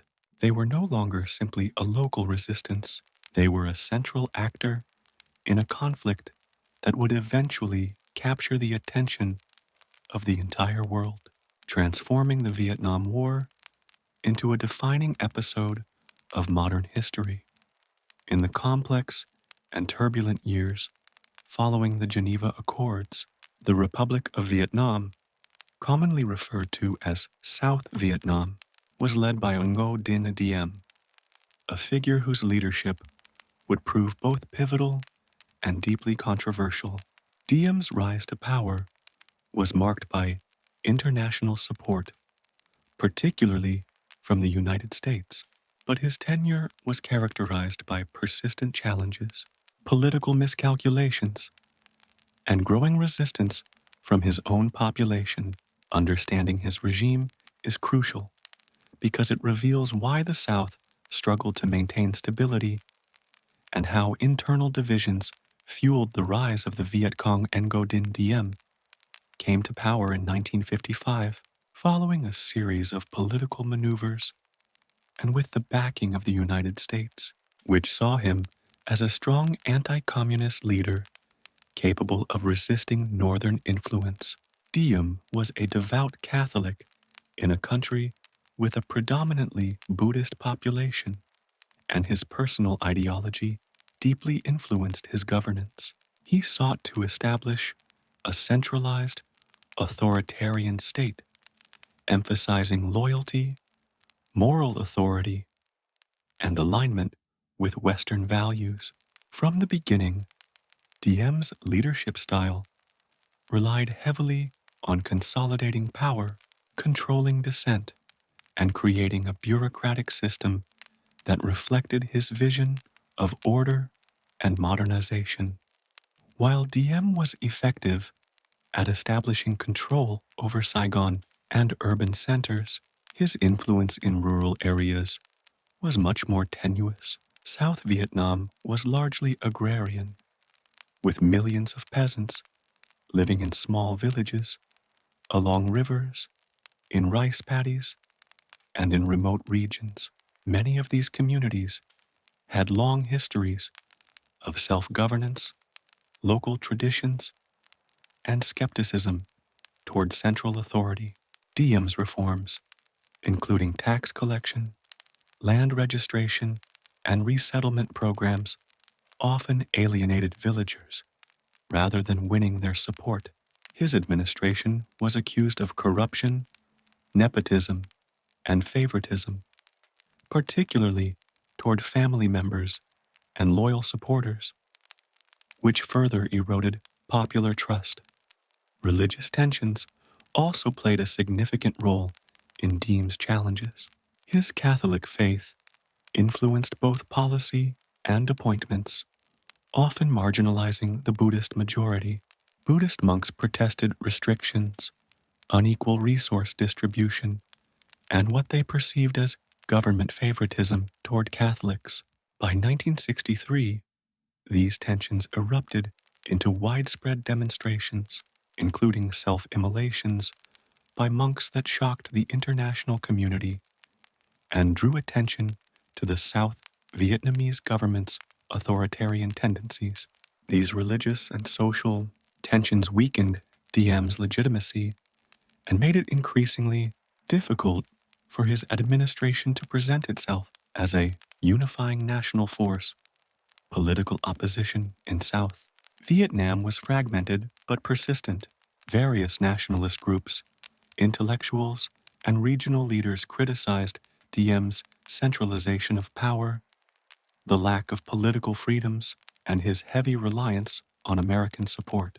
The Viet Cong exploited these grievances, positioning themselves as defenders of the peasantry and champions of social justice. Diem's inability to address these underlying issues effectively allowed the insurgency to grow, particularly in rural and remote areas where government presence was limited. Diem's reliance on the Strategic Hamlet Program exemplified both the ambition and the miscalculations of his government. Introduced in the early 1960s, this program aimed to consolidate rural populations into fortified villages to isolate the Viet Cong and strengthen government control. While theoretically sound, in practice, it often alienated villagers. Families were uprooted from ancestral lands. Relocation disrupted agricultural production, and security measures sometimes led to abuses by local officials. The program inadvertently fueled resentment and increased support for the Viet Cong, highlighting the gap between policy intentions and local realities. Economically, South Vietnam faced significant difficulties under Diem. Despite American aid, the country struggled with poverty, unequal land distribution, and underdeveloped infrastructure. Urban centers saw some growth, but rural areas remained marginalized. This inequality made it difficult for the government to gain widespread popular support and reinforced perceptions that Diem's regime benefited elites and foreign powers more than ordinary citizens. The combination of social, economic, and political pressures created an environment where insurgency could thrive, demonstrating how internal weaknesses can exacerbate external threats. Internationally, Diem's relationship with the United States was both a source of strength and a point of tension. The U.S. provided financial assistance, military advisors, and political backing, viewing Diem as the key figure to counter communist influence in Southeast Asia. However, American involvement also created dependency, limiting Diem's ability to respond independently to domestic challenges. As criticism of his regime grew, U.S. policymakers faced a dilemma. They needed Diem's leadership to prevent a communist takeover, yet his authoritarian tendencies and inability to address popular grievances undermined long-term stability. Despite these challenges, Diem was a skilled political operator. He navigated a complex landscape of regional loyalties, family networks, and international pressures. managing to maintain power for nearly a decade. His ability to suppress coups, manipulate political factions, and control the bureaucracy allowed him to survive in a highly unstable environment. Yet, these same tactics often alienated allies, weakened public trust, and limited the government's capacity to build broad-based support. Diem's downfall came as internal dissent, insurgent activity, and international pressure converged. By 1963, widespread protests, growing Viet Cong activity, and concerns from American advisors culminated in a coup orchestrated by South Vietnamese generals with tacit U.S. approval. Diem and his brother were assassinated, marking the end of his authoritarian rule and plunging South Vietnam into political instability. The regime's collapse revealed the fragility of a government overly reliant on centralized power, foreign backing, and coercion, while highlighting the resilience of social and political movements that opposed it. Analyzing Diem's regime provides insight into the complexities of governing a divided, post-colonial nation under Cold War pressures. His leadership illustrates how authoritarian control, while effective in the short term, can exacerbate social divisions, fuel insurgency, and ultimately undermine political stability. At the same time, his administration demonstrates the influence of foreign powers in shaping domestic outcomes and the challenges of balancing external support with internal legitimacy. In conclusion, Ngo Dinh Diem's regime was a pivotal chapter in Vietnam's history. It highlighted the difficulties of governance in a divided nation, the social and religious complexities of South Vietnam, and the limitations of foreign-backed leadership. His tenure set the stage for intensified conflict as internal weaknesses, rural discontent, and insurgent activity created fertile ground for the Viet Cong and deepened American involvement. Understanding Diem's challenges is essential to grasping why the Vietnam War escalated from a regional conflict into a protracted international struggle, illustrating the interplay between leadership, policy, and the enduring resilience of the Vietnamese people. By the early 1960s, Vietnam had become far more than a regional struggle. It was now a focal point in the global chessboard of the Cold War. The fall of Ngo Dinh Diem in 1963 created political instability in the South, providing fertile ground for both insurgency and foreign influence. Meanwhile, the Viet Cong had grown increasingly active, launching coordinated attacks on South Vietnamese forces and government structures. This period marked the beginning of the escalation of conflict and set the stage for the United States to make pivotal decisions that would eventually commit it to full-scale war. The assassination of Diem and his brother Ngo Dinh Nhu in November 1963 left South Vietnam in political chaos. Generals and politicians vied for control, often through coups and power struggles, creating an environment where governance was weak and inconsistent. For the United States, this instability was alarming. American policymakers feared that without strong leadership, South Vietnam could collapse under communist pressure, potentially allowing the North to reunify the country under Ho Chi Minh's socialist government. The vacuum of authority made the American presence more critical, while also complicating efforts to stabilize the region politically.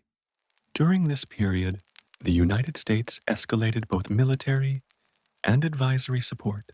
While American advisors had been present since the mid-1950s, the early 1960s saw a marked increase in their numbers.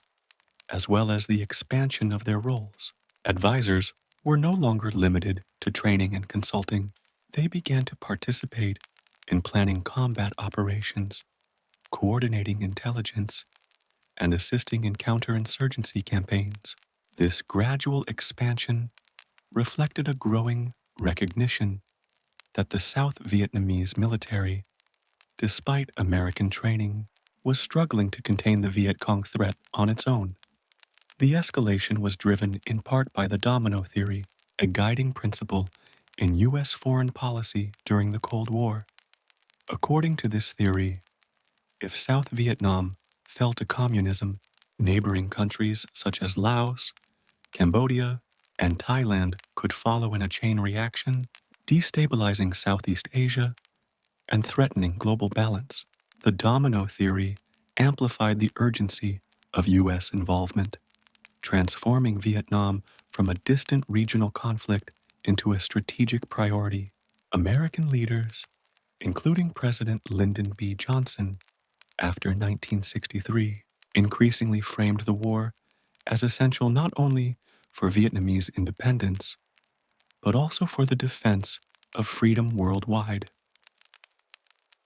By 1964, incidents along the Gulf of Tonkin further accelerated American involvement. U.S. naval vessels reported attacks by North Vietnamese patrol boats, an event later known as the Gulf of Tonkin incident. While the exact details remain debated, the incident provided a justification for Congress to pass the Gulf of Tonkin Resolution, giving President Johnson broad authority to increase U.S. military involvement in Vietnam without a formal declaration of war. This resolution marked a turning point. It shifted America from an advisory and support role to a position where active military operations could be launched and escalated at the president's discretion. Strategically, American decisions during this period were influenced by both the limitations of South Vietnam's military and the effectiveness of Viet Cong operations. The Viet Cong's use of guerrilla tactics, combined with their deep integration into rural communities, meant that conventional forces often struggled to engage the enemy successfully. Ambushes, hit-and-run attacks, and intelligence networks allowed insurgents to operate with flexibility and surprise, while complicating the U.S. and South Vietnamese efforts to contain them. This forced American planners to consider larger-scale interventions, including aerial bombardments, expanded troop deployments, and more sophisticated counterinsurgency strategies. The U.S. also faced the challenge of balancing political objectives with military action. American leaders were keen to support South Vietnam without appearing as an occupying force, yet the reality of insurgency and political instability made indirect involvement increasingly insufficient. Programs aimed at pacifying the countryside, such as the Strategic Hamlet Program, had mixed results. While designed to protect villagers and isolate the Viet Cong, they often alienated rural populations, inadvertently increasing support for insurgents. These mixed outcomes highlighted the complexity of early American decisions and foreshadowed the difficulties the United States would face as the conflict intensified. Economic and logistical considerations also played a role in early escalation. U.S. military aid to South Vietnam increased substantially, providing weapons, vehicles, and communications equipment. Advisors coordinated closely with South Vietnamese forces to train personnel in modern warfare techniques, intelligence analysis, and operational planning. These investments reflected a broader commitment. The United States recognized that without sustained support, South Vietnam would struggle to resist the combined pressure of insurgency and northern influence. At the same time, each increase in aid and advisory involvement deepened America's stake in the outcome, making withdrawal increasingly complex and politically fraught. The early 1960s also saw a growing emphasis on intelligence and reconnaissance. Both sides recognized that information could determine success or failure. The U.S. deployed reconnaissance flights, signals intelligence, and human intelligence networks to monitor Viet Cong movements, assess vulnerabilities, and guide operational planning. The Viet Cong, in turn, used its local knowledge to evade detection, gather information on the South Vietnamese and American operations, and coordinate attacks. This intelligence struggle became a defining feature of the conflict, highlighting the interplay between technology, human networks, and geography in modern warfare. Politically, American decisions were influenced by both domestic and international considerations. Leaders were under pressure to demonstrate resolve against communism, maintain credibility with allies, and prevent the appearance of weakness. At the same time, they faced growing concerns about the sustainability of their involvement and the potential human cost. These competing pressures resulted in a cautious yet steadily escalating approach. Advisors and support missions gradually expanded into combat operations, setting the precedent for the massive troop deployments that would follow in the mid 1960s. In essence, the early 1960s represented a critical inflection point. Vietnam was no longer a distant post colonial struggle, it had become a theater of Cold War confrontation where local insurgency, weak governance, and global ideology intersected. American decisions during this period, increasing advisors, providing military and economic aid, responding to the Gulf of Tonkin incident, laid the foundation for a conflict that would soon engulf not only Vietnam, but also the United States, both politically and militarily. The escalation of conflict and early American decisions reveal how involvement can evolve from support to commitment, especially when local instability intersects with global strategic concerns. They also illustrate the challenges of intervening in a country with complex social, political, and geographic realities. By examining this phase, we can understand why Vietnam became a prolonged, multifaceted conflict where early choices had long-lasting consequences for both the nation itself and the world's superpowers. Ultimately, this period set the stage for a war that would test military strategy, political resolve, and the very nature of American intervention abroad. The decisions made in these early years were not simply tactical, they were deeply consequential, shaping the trajectory of the Vietnam War and embedding it within the larger Cold War struggle. Understanding these choices is key to comprehending how a regional insurgency evolved into one of the most defining conflicts of the 20th century. By the mid 1960s, the Vietnam conflict had evolved into a highly complex struggle marked by contrasting military strategies, diverse forces, and the profound influence of geography and ideology.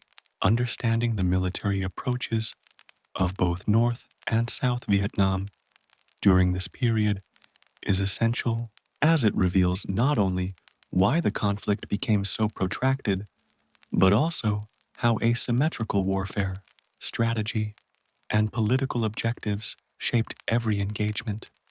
The North Vietnamese Army, NVA, also known as the People's Army of Vietnam, PAVN, pursued a strategy rooted in both guerrilla warfare and conventional military tactics, guided by the leadership of Ho Chi Minh and General Vo Nguyen Giap, the North recognized that victory could not rely solely on overwhelming firepower.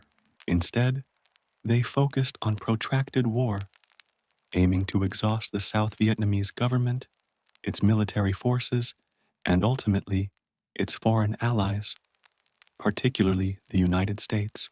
The North's strategy combined political mobilization, military discipline, and logistical innovation, all tailored to the unique challenges of Vietnam's terrain and social landscape. A central element of the North's strategy was the Viet Cong insurgency in the South.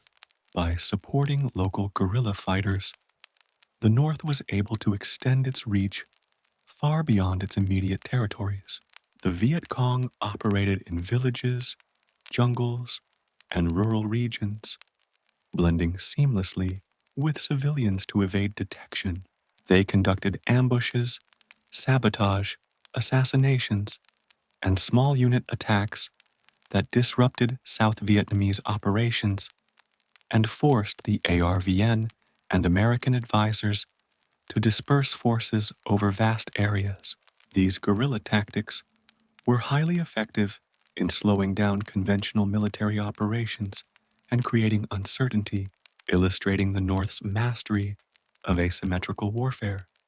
Concurrently, the North developed conventional military capabilities for larger scale engagements. Artillery units, infantry regiments, and supply lines transported via the Ho Chi Minh Trail allowed them to strike strategically when opportunities arose. The Ho Chi Minh Trail itself was a remarkable feat of engineering and logistics, a network of trails, roads, and river routes running from North Vietnam through Laos and Cambodia into South Vietnam.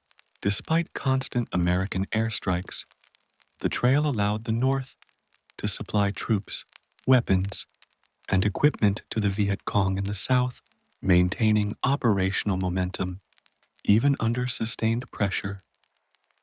Political strategy was equally important for the North.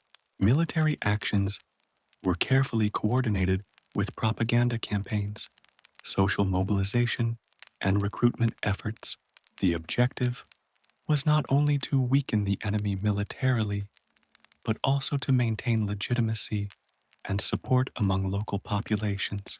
By portraying themselves as liberators and defenders of Vietnamese unity, the North fostered loyalty and reinforced ideological commitment, ensuring that military operations were reinforced by popular backing. In contrast, South Vietnam, supported increasingly by the United States, relied on a combination of conventional military strength, counterinsurgency, and technological advantage. The Army of the Republic of Vietnam, ARVN, was trained to engage both insurgent forces and larger North Vietnamese units. American advisors provided guidance on modern warfare, techniques, intelligence gathering, and operational planning, while also coordinating air support, artillery, and supply logistics. The ARVN's strategy emphasized territorial control, protecting urban centers, major transportation routes, and government installations, while attempting to limit the influence of the Viet Cong in rural areas. However, the ARVN faced significant challenges. Guerrilla warfare and the social integration of the Viet Cong made it difficult to distinguish between combatants and civilians. Ambushes, booby traps, and unpredictable attacks forced South Vietnamese forces to remain constantly alert, dispersing their troops and limiting their ability to mount decisive operations. Corruption, low morale, and inconsistent leadership further complicated the ARVN's effectiveness, highlighting the contrast between conventional forces and highly adaptive insurgents. American involvement introduced new elements to the South's military strategy. Air power became a central component, with B-52 bombers, fighter jets, and helicopters deployed to provide close air support, interdict supply lines, and conduct reconnaissance missions. Helicopters, in particular, revolutionized mobility, allowing troops to be rapidly deployed into remote areas, evacuate casualties, and supply isolated units. Despite these advantages, technological superiority could not fully compensate for local knowledge, terrain familiarity, or the adaptability of guerrilla forces, illustrating the limits of conventional military power in an unconventional war. Counterinsurgency operations became a core focus of South Vietnamese and American strategy. Programs such as pacification campaigns aimed to secure rural populations, provide government services, and reduce support for the Viet Cong. Efforts included building infrastructure, offering medical care, and establishing local militias. While conceptually sound, implementation was uneven, and efforts sometimes backfired when local populations were uprooted, mistreated, or alienated by government actions. These mixed results underscored the complexity of combining military operations with political objectives in a society with diverse loyalties and historical grievances. Intelligence operations played a decisive role in both northern and southern strategies. The North relied on local networks, sympathizers, and covert communication channels to track ARVN movements, coordinate attacks, and maintain operational secrecy. The South, guided by American advisors, developed human intelligence networks, signal intelligence, and aerial reconnaissance to locate enemy forces and disrupt supply routes. The ongoing contest for information became a defining feature of the conflict, where success often depended as much on knowledge and planning as on firepower. Geography also shaped strategy profoundly. The jungles, rivers, and mountains of Vietnam were both a barrier and a tool. The North and Viet Cong used dense foliage, underground tunnels, and hidden pathways to their advantage, creating operational flexibility and unpredictability. The South, with American air power and mechanized units, sought to dominate open terrain and key urban areas. This interplay between terrain, mobility, and tactical adaptation became a hallmark of the war, emphasizing that control of physical space was inseparable from political and social influence. Coordination between North Vietnam and the Viet Cong in the South exemplified the sophisticated integration of political, social, and military strategy. Operations were designed to weaken the South's control incrementally, erode morale, and create conditions favorable for a larger offensive. North Vietnamese commanders recognized that victory would not be achieved in weeks or months, but through years of persistent, adaptable, and strategically coordinated effort, a protracted war in every sense. In contrast, South Vietnam and the United States often sought decisive actions, technological superiority, and quick results. The mismatch in strategic approaches, protracted, flexible insurgency versus conventional, technology-reliant operations, created a persistent asymmetry that shaped the course of the conflict. While the South could achieve tactical victories, the North's long-term strategy ensured resilience, adaptability, and the ability to exploit political and social vulnerabilities. Ultimately, the military strategies of North and South Vietnam reveal a conflict defined by contrasts: guerrilla versus conventional, adaptability versus technology, ideological commitment versus administrative control. Understanding these strategies is essential for appreciating why the Vietnam War became so prolonged, intense, and challenging for all involved. It also illustrates a broader lesson. Military power alone cannot guarantee victory when social, political, and ideological factors are deeply intertwined. By examining the strategies of both sides, we see how the Vietnam War was shaped not only by battles and troop movements, but also by the integration of ideology, local knowledge, geography, and resilience. The North's patient, coordinated approach, combined with the South's reliance on conventional strength and foreign support, created a dynamic conflict where each action, success, or failure had long-term consequences, ultimately defining the course of one of the most significant wars of the 20th century. As the Vietnam War intensified in the mid-1960s, the United States increasingly relied on technology and air power to support South Vietnam and counter the insurgency led by the Viet Cong and North Vietnamese forces. American military planners believed that superior firepower, mobility, and technological innovation could offset the challenges posed by guerrilla warfare, difficult terrain, and a highly motivated enemy. The role of air power and advanced technology became central to U.S. strategy, shaping both the conduct of the war and its political and psychological dimensions.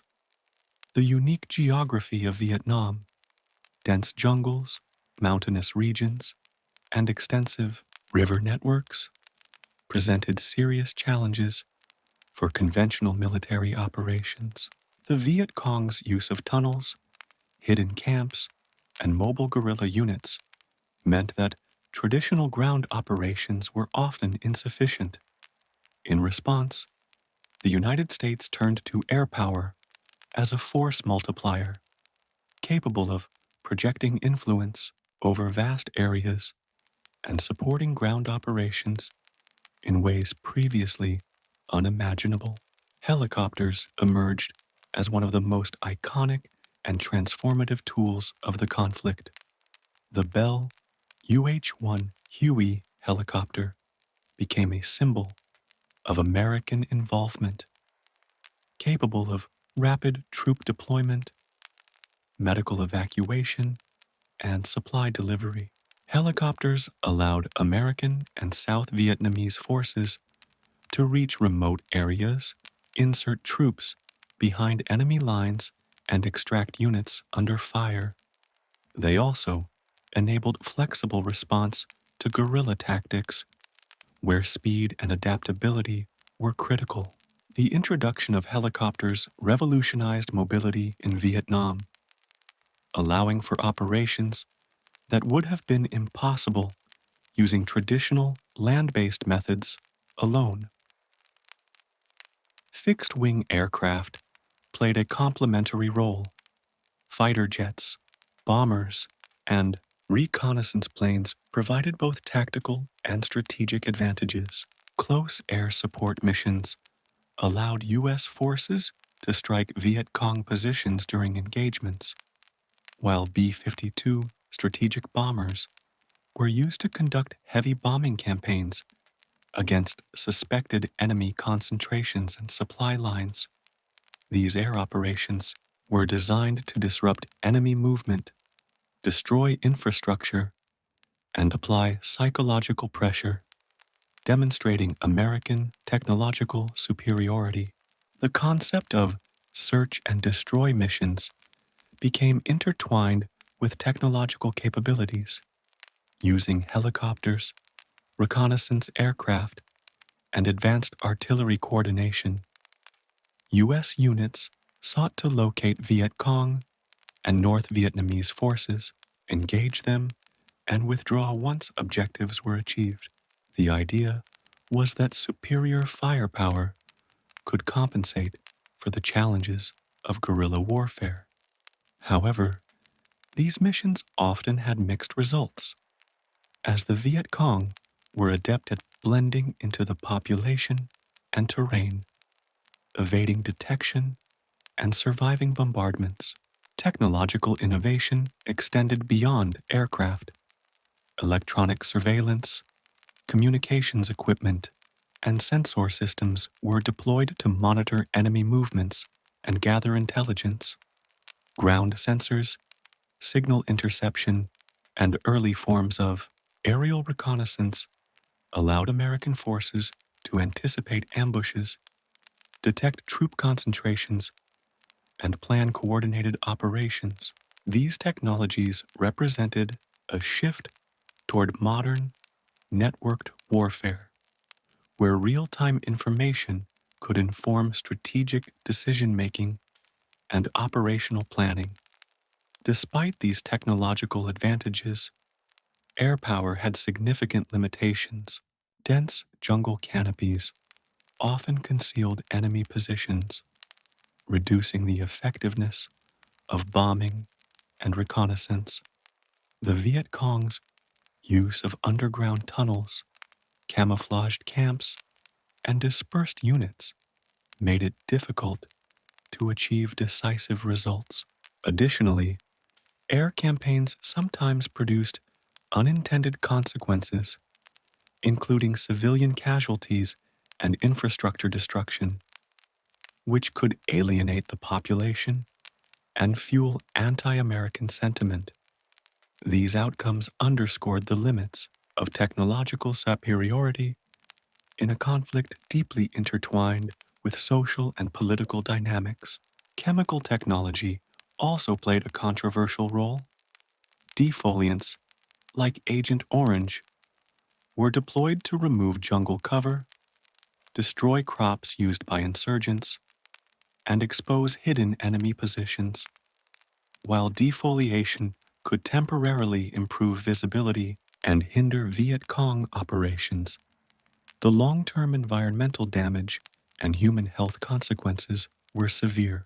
The use of chemical agents highlighted the lengths to which American military planners were willing to go to leverage technology against a resilient and adaptive enemy, reflecting both strategic innovation and ethical controversy. The psychological impact of American technology and air power was another important dimension. Bombing campaigns, helicopter insertions, and advanced artillery were intended not only to achieve military objectives, but also to intimidate the enemy, disrupt morale, and signal American commitment to victory. For the Viet Cong and North Vietnamese, these technological advantages presented significant challenges, but also motivated adaptive strategies such as dispersal, camouflage, and surprise attacks, illustrating the interplay between technological power and human ingenuity. Coordination between air and ground forces became a defining feature of U.S. strategy. Helicopters transported infantry units into contested areas. Fixed-wing aircraft provided suppression fire, and artillery units were integrated to maximize impact. These combined arms operations were complex, requiring precise communication, planning, and coordination. Success depended on not only technology, but also training, discipline, and the ability to adapt to dynamic battlefield conditions. Americans' technology also extended to logistics and supply chains, enabling sustained operations in remote regions. Advanced transport aircraft delivered food, ammunition, and medical supplies to units operating far from central bases. This logistical advantage allowed sustained pressure on enemy forces and supported extended missions in difficult terrain. By integrating air power with logistics, reconnaissance, and combat operations, the United States created a highly capable, though not infallible, military apparatus in Vietnam. Ultimately, the role of American technology and air power in Vietnam highlights both the power and the limitations of technological superiority.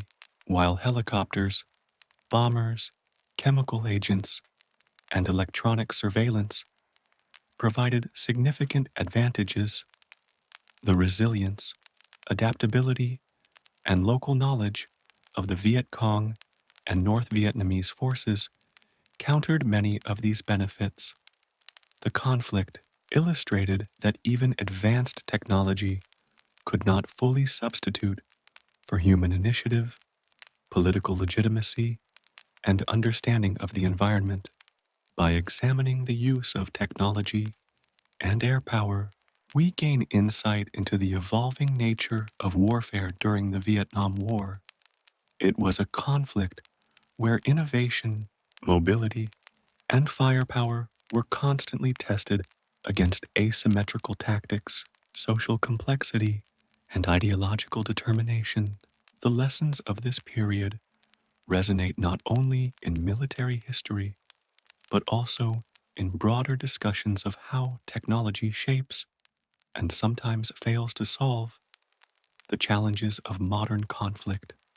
While military strategies, advisors, and air power defined the formal aspects of the Vietnam War, the experiences of ordinary civilians reveal the human and social dimensions that shaped the conflict in profound ways. By the mid-1960s, millions of Vietnamese were caught between two warring governments, foreign powers, and the guerrilla insurgency of the Viet Cong. Understanding civilian life during this period is essential for appreciating the full complexity of the war, including its psychological, social, and cultural consequences. Life for civilians in South Vietnam was defined by uncertainty, fear, and constant adaptation. Villages and rural communities, home to the majority of the population, were particularly vulnerable. Guerrilla tactics, bombings, and counterinsurgency operations made daily activities, farming, traveling, and social gatherings fraught with danger. Fields and homes could be caught in crossfire, supply routes disrupted, or entire communities relocated as part of government programs such as the Strategic Hamlet Program. While these initiatives aimed to isolate insurgents, they often uprooted families, destroyed local economies, and fostered resentment toward the South Vietnamese government. In addition to the physical dangers, civilians faced economic instability. The war disrupted trade, destroyed crops, and limited access to markets, creating food shortages and inflation. Rural farmers, dependent on rice production and local trade, found themselves particularly affected. In some cases, the Viet Cong imposed taxes or requisitioned food, while government forces sometimes appropriated supplies to support military operations. Ordinary people were left navigating a precarious balance between survival, allegiance, and resistance to external pressures. The psychological toll of the war was profound. Constant exposure to violence, uncertainty, and propaganda created an environment of chronic stress. Villagers and urban populations alike had to make difficult moral decisions, balancing loyalty to local authorities, survival, and ideological beliefs. The blurred line between combatants and non-combatants meant that civilians could be targeted, accused of collaboration, or coerced by both sides. Fear became a daily companion, shaping behaviors, decisions, and social relations across the country. Education and cultural life were also affected. Schools in rural areas often closed or relocated due to military operations or insurgent activity, limiting access to learning for children. In urban centers, the influx of refugees and the strain on infrastructure disrupted normal social services. At the same time, propaganda campaigns from both the North and South infiltrated schools, media, and community programs, influencing perceptions of loyalty, patriotism, and ideology. The war permeated every aspect of civilian life, leaving little space untouched by conflict. Religious tensions further complicated the civilian experience. South Vietnam, under Ngo Dinh Diem's Catholic-influenced government, often marginalized the Buddhist majority, creating social friction and periodic protests. Religious communities faced restrictions, unequal distribution of resources, and government scrutiny. The resulting tensions sometimes erupted into public demonstrations, highlighting the intersection of political authority, social identity, and religious practice.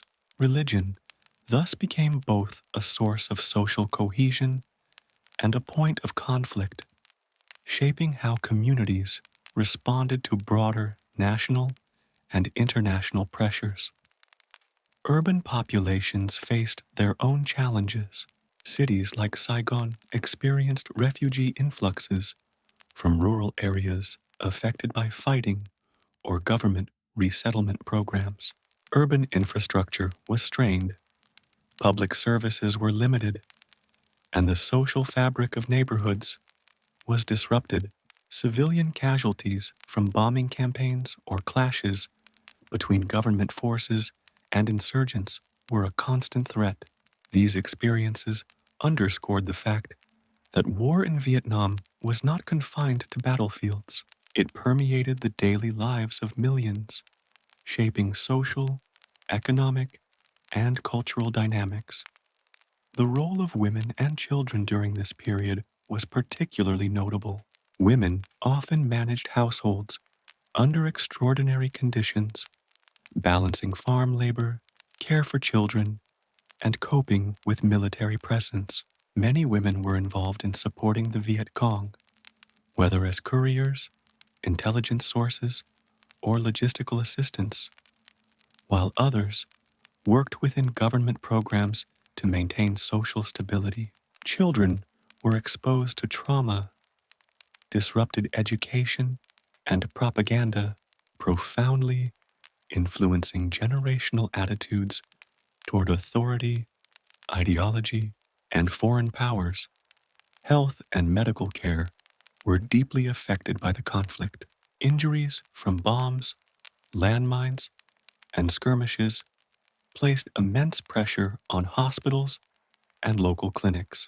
Access to medical supplies was inconsistent, particularly in rural regions. Malnutrition, disease, and stress compounded the physical and mental toll of war, affecting communities' ability to recover from repeated disruptions.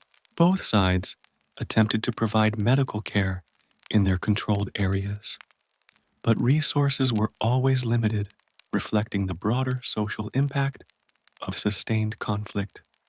Migration and displacement became defining features of civilian life. Millions of Vietnamese moved voluntarily or were forced from their homes due to fighting, government relocation programs, or economic necessity. Refugee camps emerged, both temporary and semi-permanent, creating new social challenges. Displacement disrupted family networks, traditional social structures, and agricultural production, further amplifying the hardships faced by civilians. These movements also had political consequences, as the allegiance of displaced populations could influence support for the Viet Cong or the South Vietnamese government. The war also reshaped social networks and community cohesion. In some villages, local governance and communal decision-making were undermined by insurgent control or government programs. Social hierarchies shifted as individuals and families navigated survival strategies, allegiance, and influence. In other areas, communities banded together for mutual protection, resource sharing, and resilience, demonstrating human adaptability under extreme pressure. Media and communication influenced civilian perception of the war. Radio broadcasts, newspapers, and local word of mouth carried both factual information and propaganda. Civilians were exposed to narratives designed to shape opinion, encourage compliance, or bolster morale. Both the Viet Cong and South Vietnamese authorities leveraged these channels to gain support, illustrating the importance of perception management alongside military operations. Finally, the war's social impact extended beyond immediate survival. It transformed cultural practices, memory, and identity. Generations of Vietnamese grew up with war as an omnipresent backdrop, shaping literature, music, oral history, and collective memory.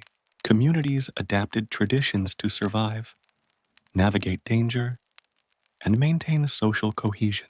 Even after the war, these experiences would leave deep imprints on social structures, cultural norms, and national identity.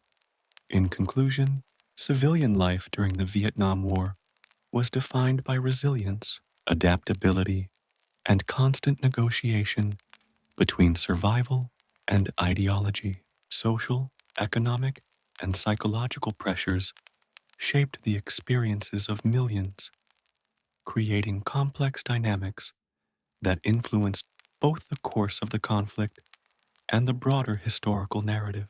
Understanding the civilian perspective is essential to grasping the full scope of the war, as it highlights how military actions, political decisions, and insurgent strategies directly affected the lives of ordinary people, leaving legacies that would endure long after the fighting ended. The Vietnam War was not only fought on the ground or in the air, it was also fought in the minds of people, both within Vietnam and internationally. Propaganda and media played a crucial role in shaping perceptions, influencing morale, and attempting to control narratives. For both the North and South, and later the United States, media was a weapon as potent as any rifle or bomb. In the South, the government used newspapers, radio, and public broadcasts to promote loyalty, encourage support for military campaigns, and bolster the image of the Diem regime. Posters depicted the government as a protector of freedom against communist aggression, emphasizing patriotic duty and unity. Meanwhile, the Viet Cong employed underground networks to distribute their own messages, highlighting social injustice, corruption, and foreign interference. Leaflets, radio broadcasts, and even graffiti helped convey the message that supporting the insurgency was morally and politically justified. American media coverage added another layer of complexity. Television brought vivid images of combat into living rooms across the United States, often showing the war's violence, destruction, and civilian suffering. The immediacy and realism of these broadcasts had a profound effect on public perception, sparking debate about American involvement and highlighting the gap between official reports and on-the-ground realities. The power of media in Vietnam illustrated how information could influence not just soldiers and civilians, but also political decision-making on a global scale.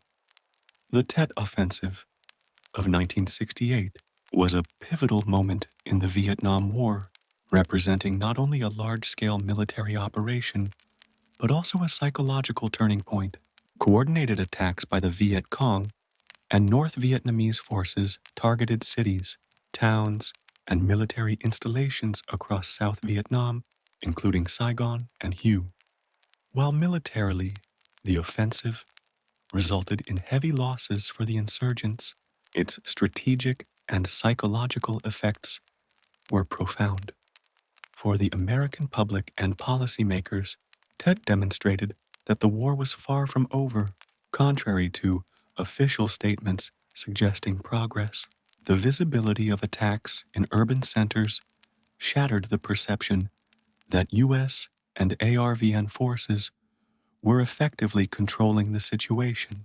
Civilians in South Vietnam experienced heightened fear and trauma as the offensive disrupted daily life, while the relentless nature of the attacks highlighted the resilience and determination of the Viet Cong.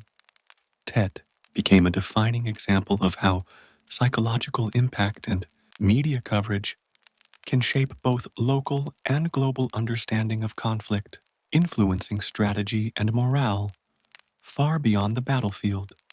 Guerrilla tactics defined the Vietnam War in ways that conventional military operations could not easily counter. The Viet Cong's reliance on ambushes, booby traps, tunnel networks, and knowledge of the terrain allowed them to strike quickly and vanish, frustrating both the South Vietnamese army and U.S. forces. Guerrilla warfare blurred the lines between combatant and civilian, creating a complex operational environment where traditional battle strategies were often ineffective. In response, American and South Vietnamese forces developed counterinsurgency methods designed to adapt to these unconventional challenges. These included patrols, intelligence gathering, village pacification, and civil military programs to win local support. Helicopter mobility, aerial reconnaissance, and specialized infantry units were used to confront guerrilla operations. While sometimes successful, counterinsurgency efforts faced persistent challenges.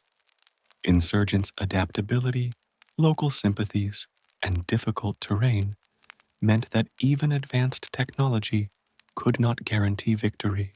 The interplay of guerrilla tactics and counterinsurgency shaped the prolonged and unpredictable nature of the conflict, illustrating that strategy in Vietnam required flexibility, persistence, and deep understanding of the social and geographical landscape.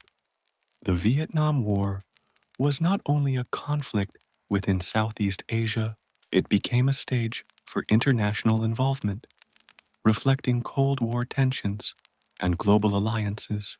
While the United States was the most prominent foreign actor supporting South Vietnam, other nations also played significant roles. Similarly, North Vietnam received substantial aid and guidance from communist allies, creating a truly internationalized war. The United States provided economic, military, and advisory support, gradually escalating to combat operations. Beyond direct engagement, American involvement included coordination with allies such as Australia, South Korea, Thailand, and the Philippines, who contributed troops, logistical support, and medical services. These forces helped relieve American units and reinforced anti-communist objectives, demonstrating the broader regional and ideological stakes of the conflict. On the other side, North Vietnam was supported by the Soviet Union and China, who supplied weapons, training, and financial aid. Soviet assistance included aircraft, artillery, and radar systems, while China provided labor, military training, and logistical help, particularly along the Ho Chi Minh Trail. These contributions strengthened North Vietnam's capacity to sustain both conventional and guerrilla operations, allowing them to maintain prolonged resistance despite heavy American firepower.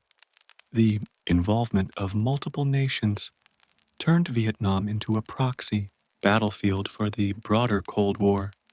Each side aimed to prevent ideological expansion while managing the risks of escalation that could draw in other global powers.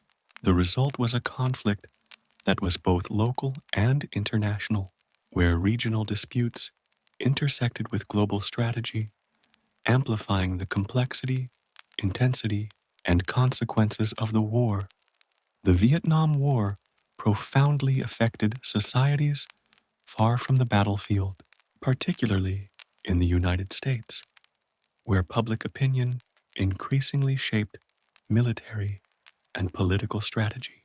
Early in the conflict, American media presented a narrative of progress and containment of communism, fostering general support for involvement.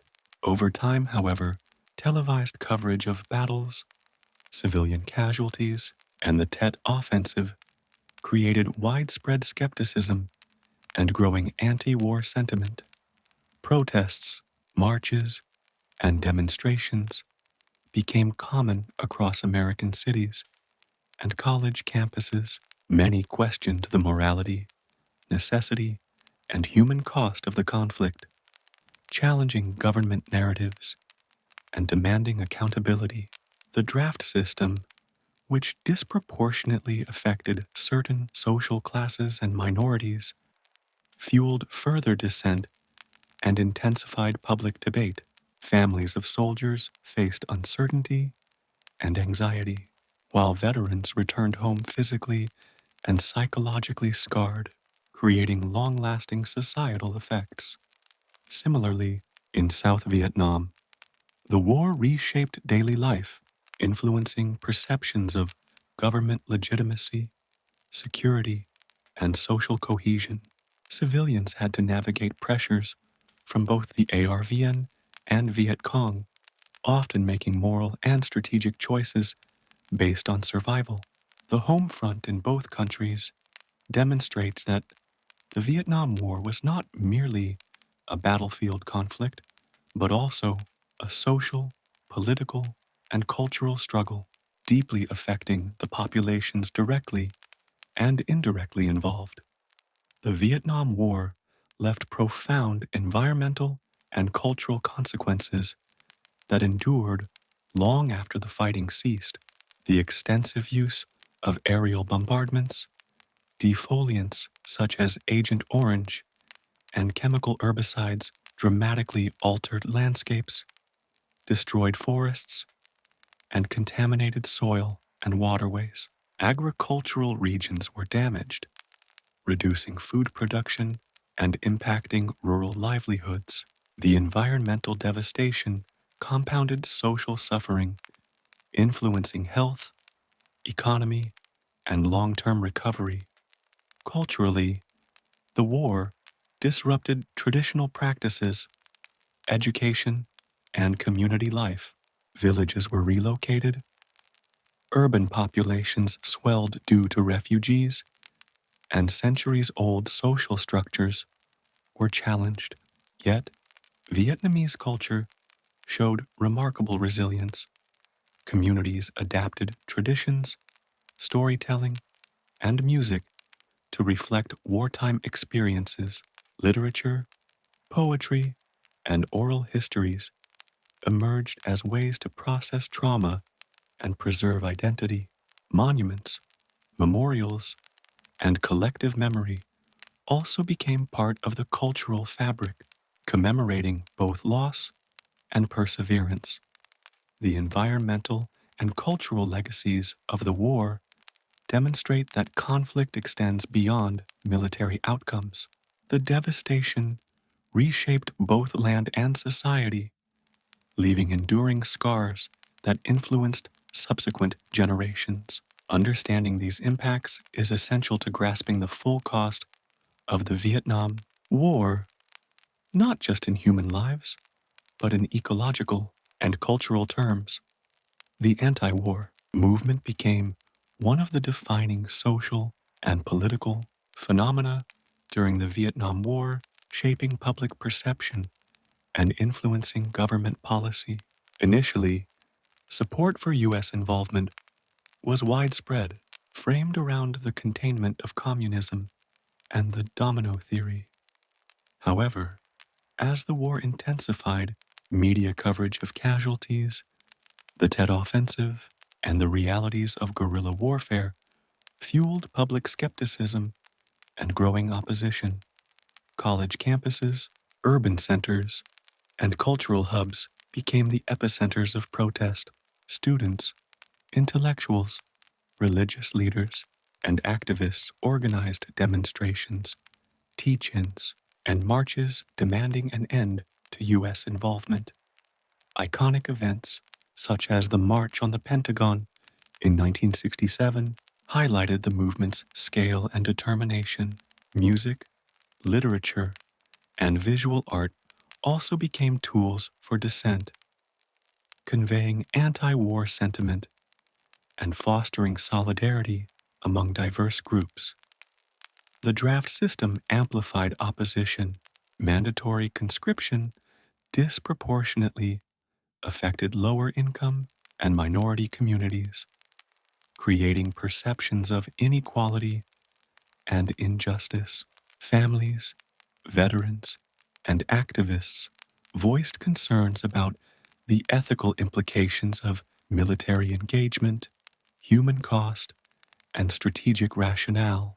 The movement influenced policymakers, contributing to a shift toward de-escalation and eventual withdrawal.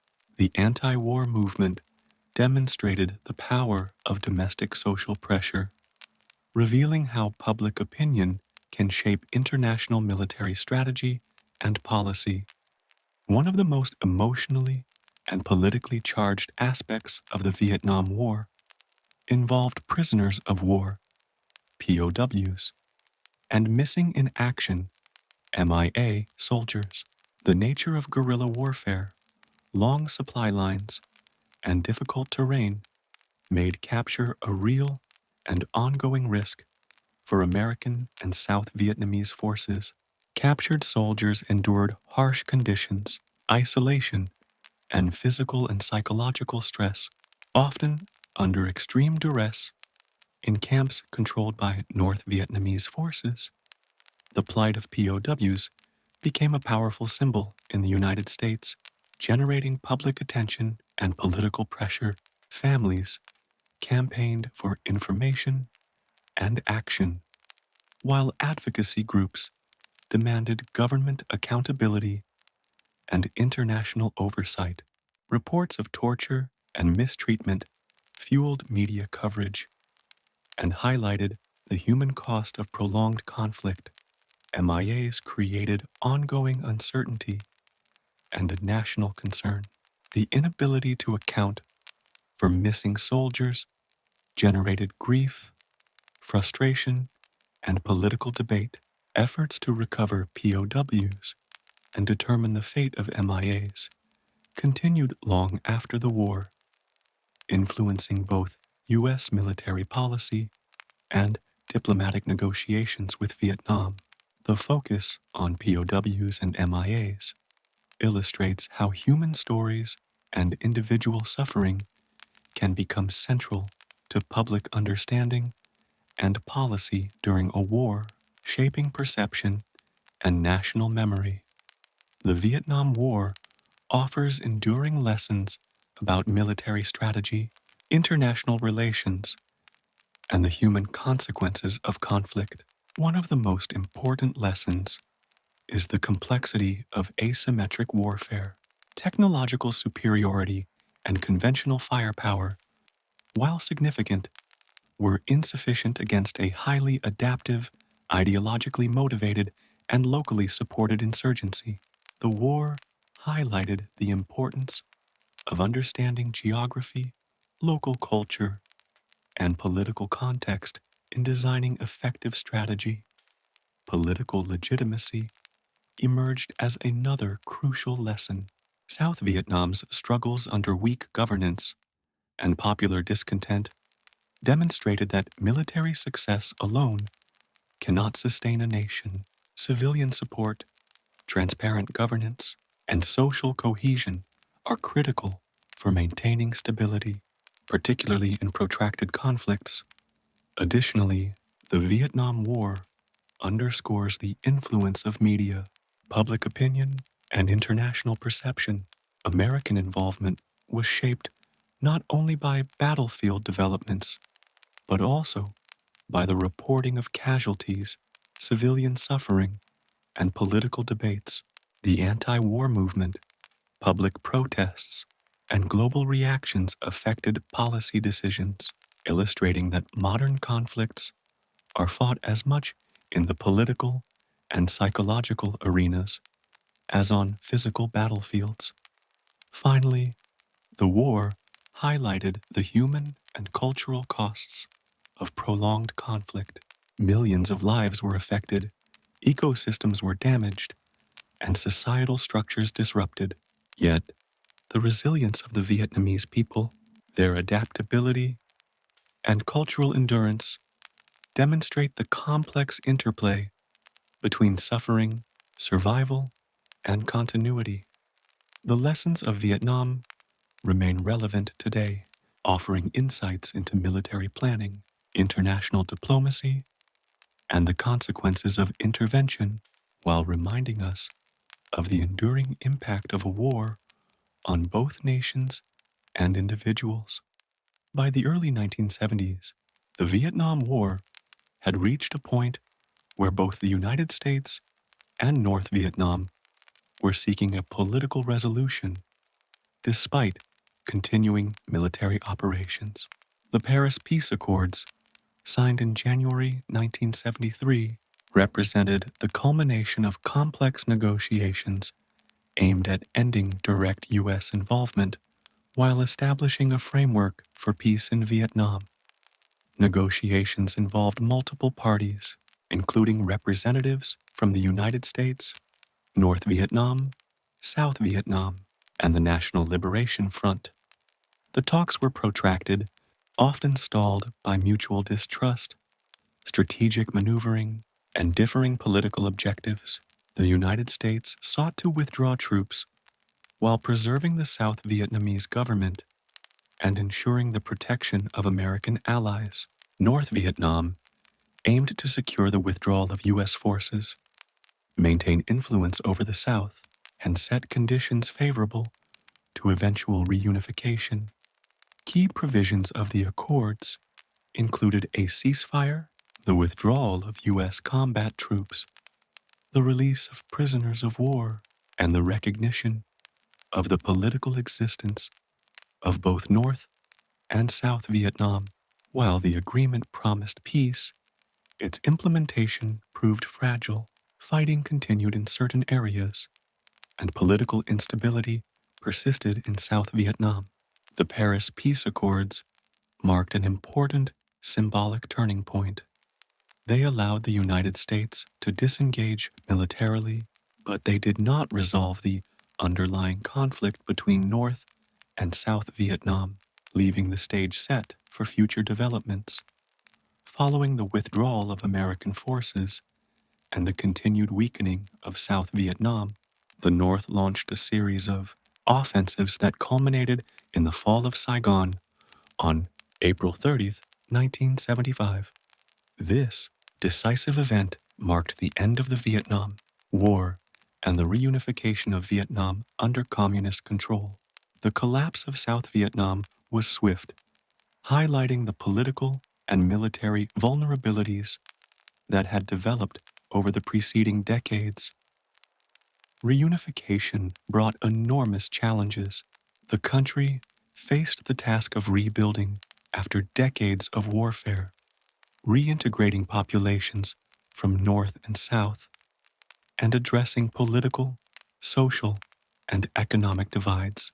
Policies implemented by the new government included land redistribution, restructuring of industries, and consolidation of political authority under the Vietnamese Communist Party. While these efforts aimed to stabilize and modernize the nation, they also generated displacement, economic disruption, and social tension. The reunification of Vietnam symbolized the culmination of decades-long efforts by the North to achieve national unity. It demonstrated the limitations of foreign intervention, the importance of local legitimacy, and the resilience of a population committed to its own political vision.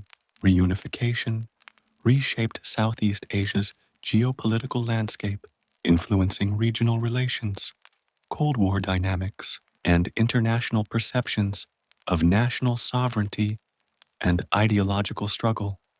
The Vietnam War left a profound and enduring legacy, both for Vietnam and the world.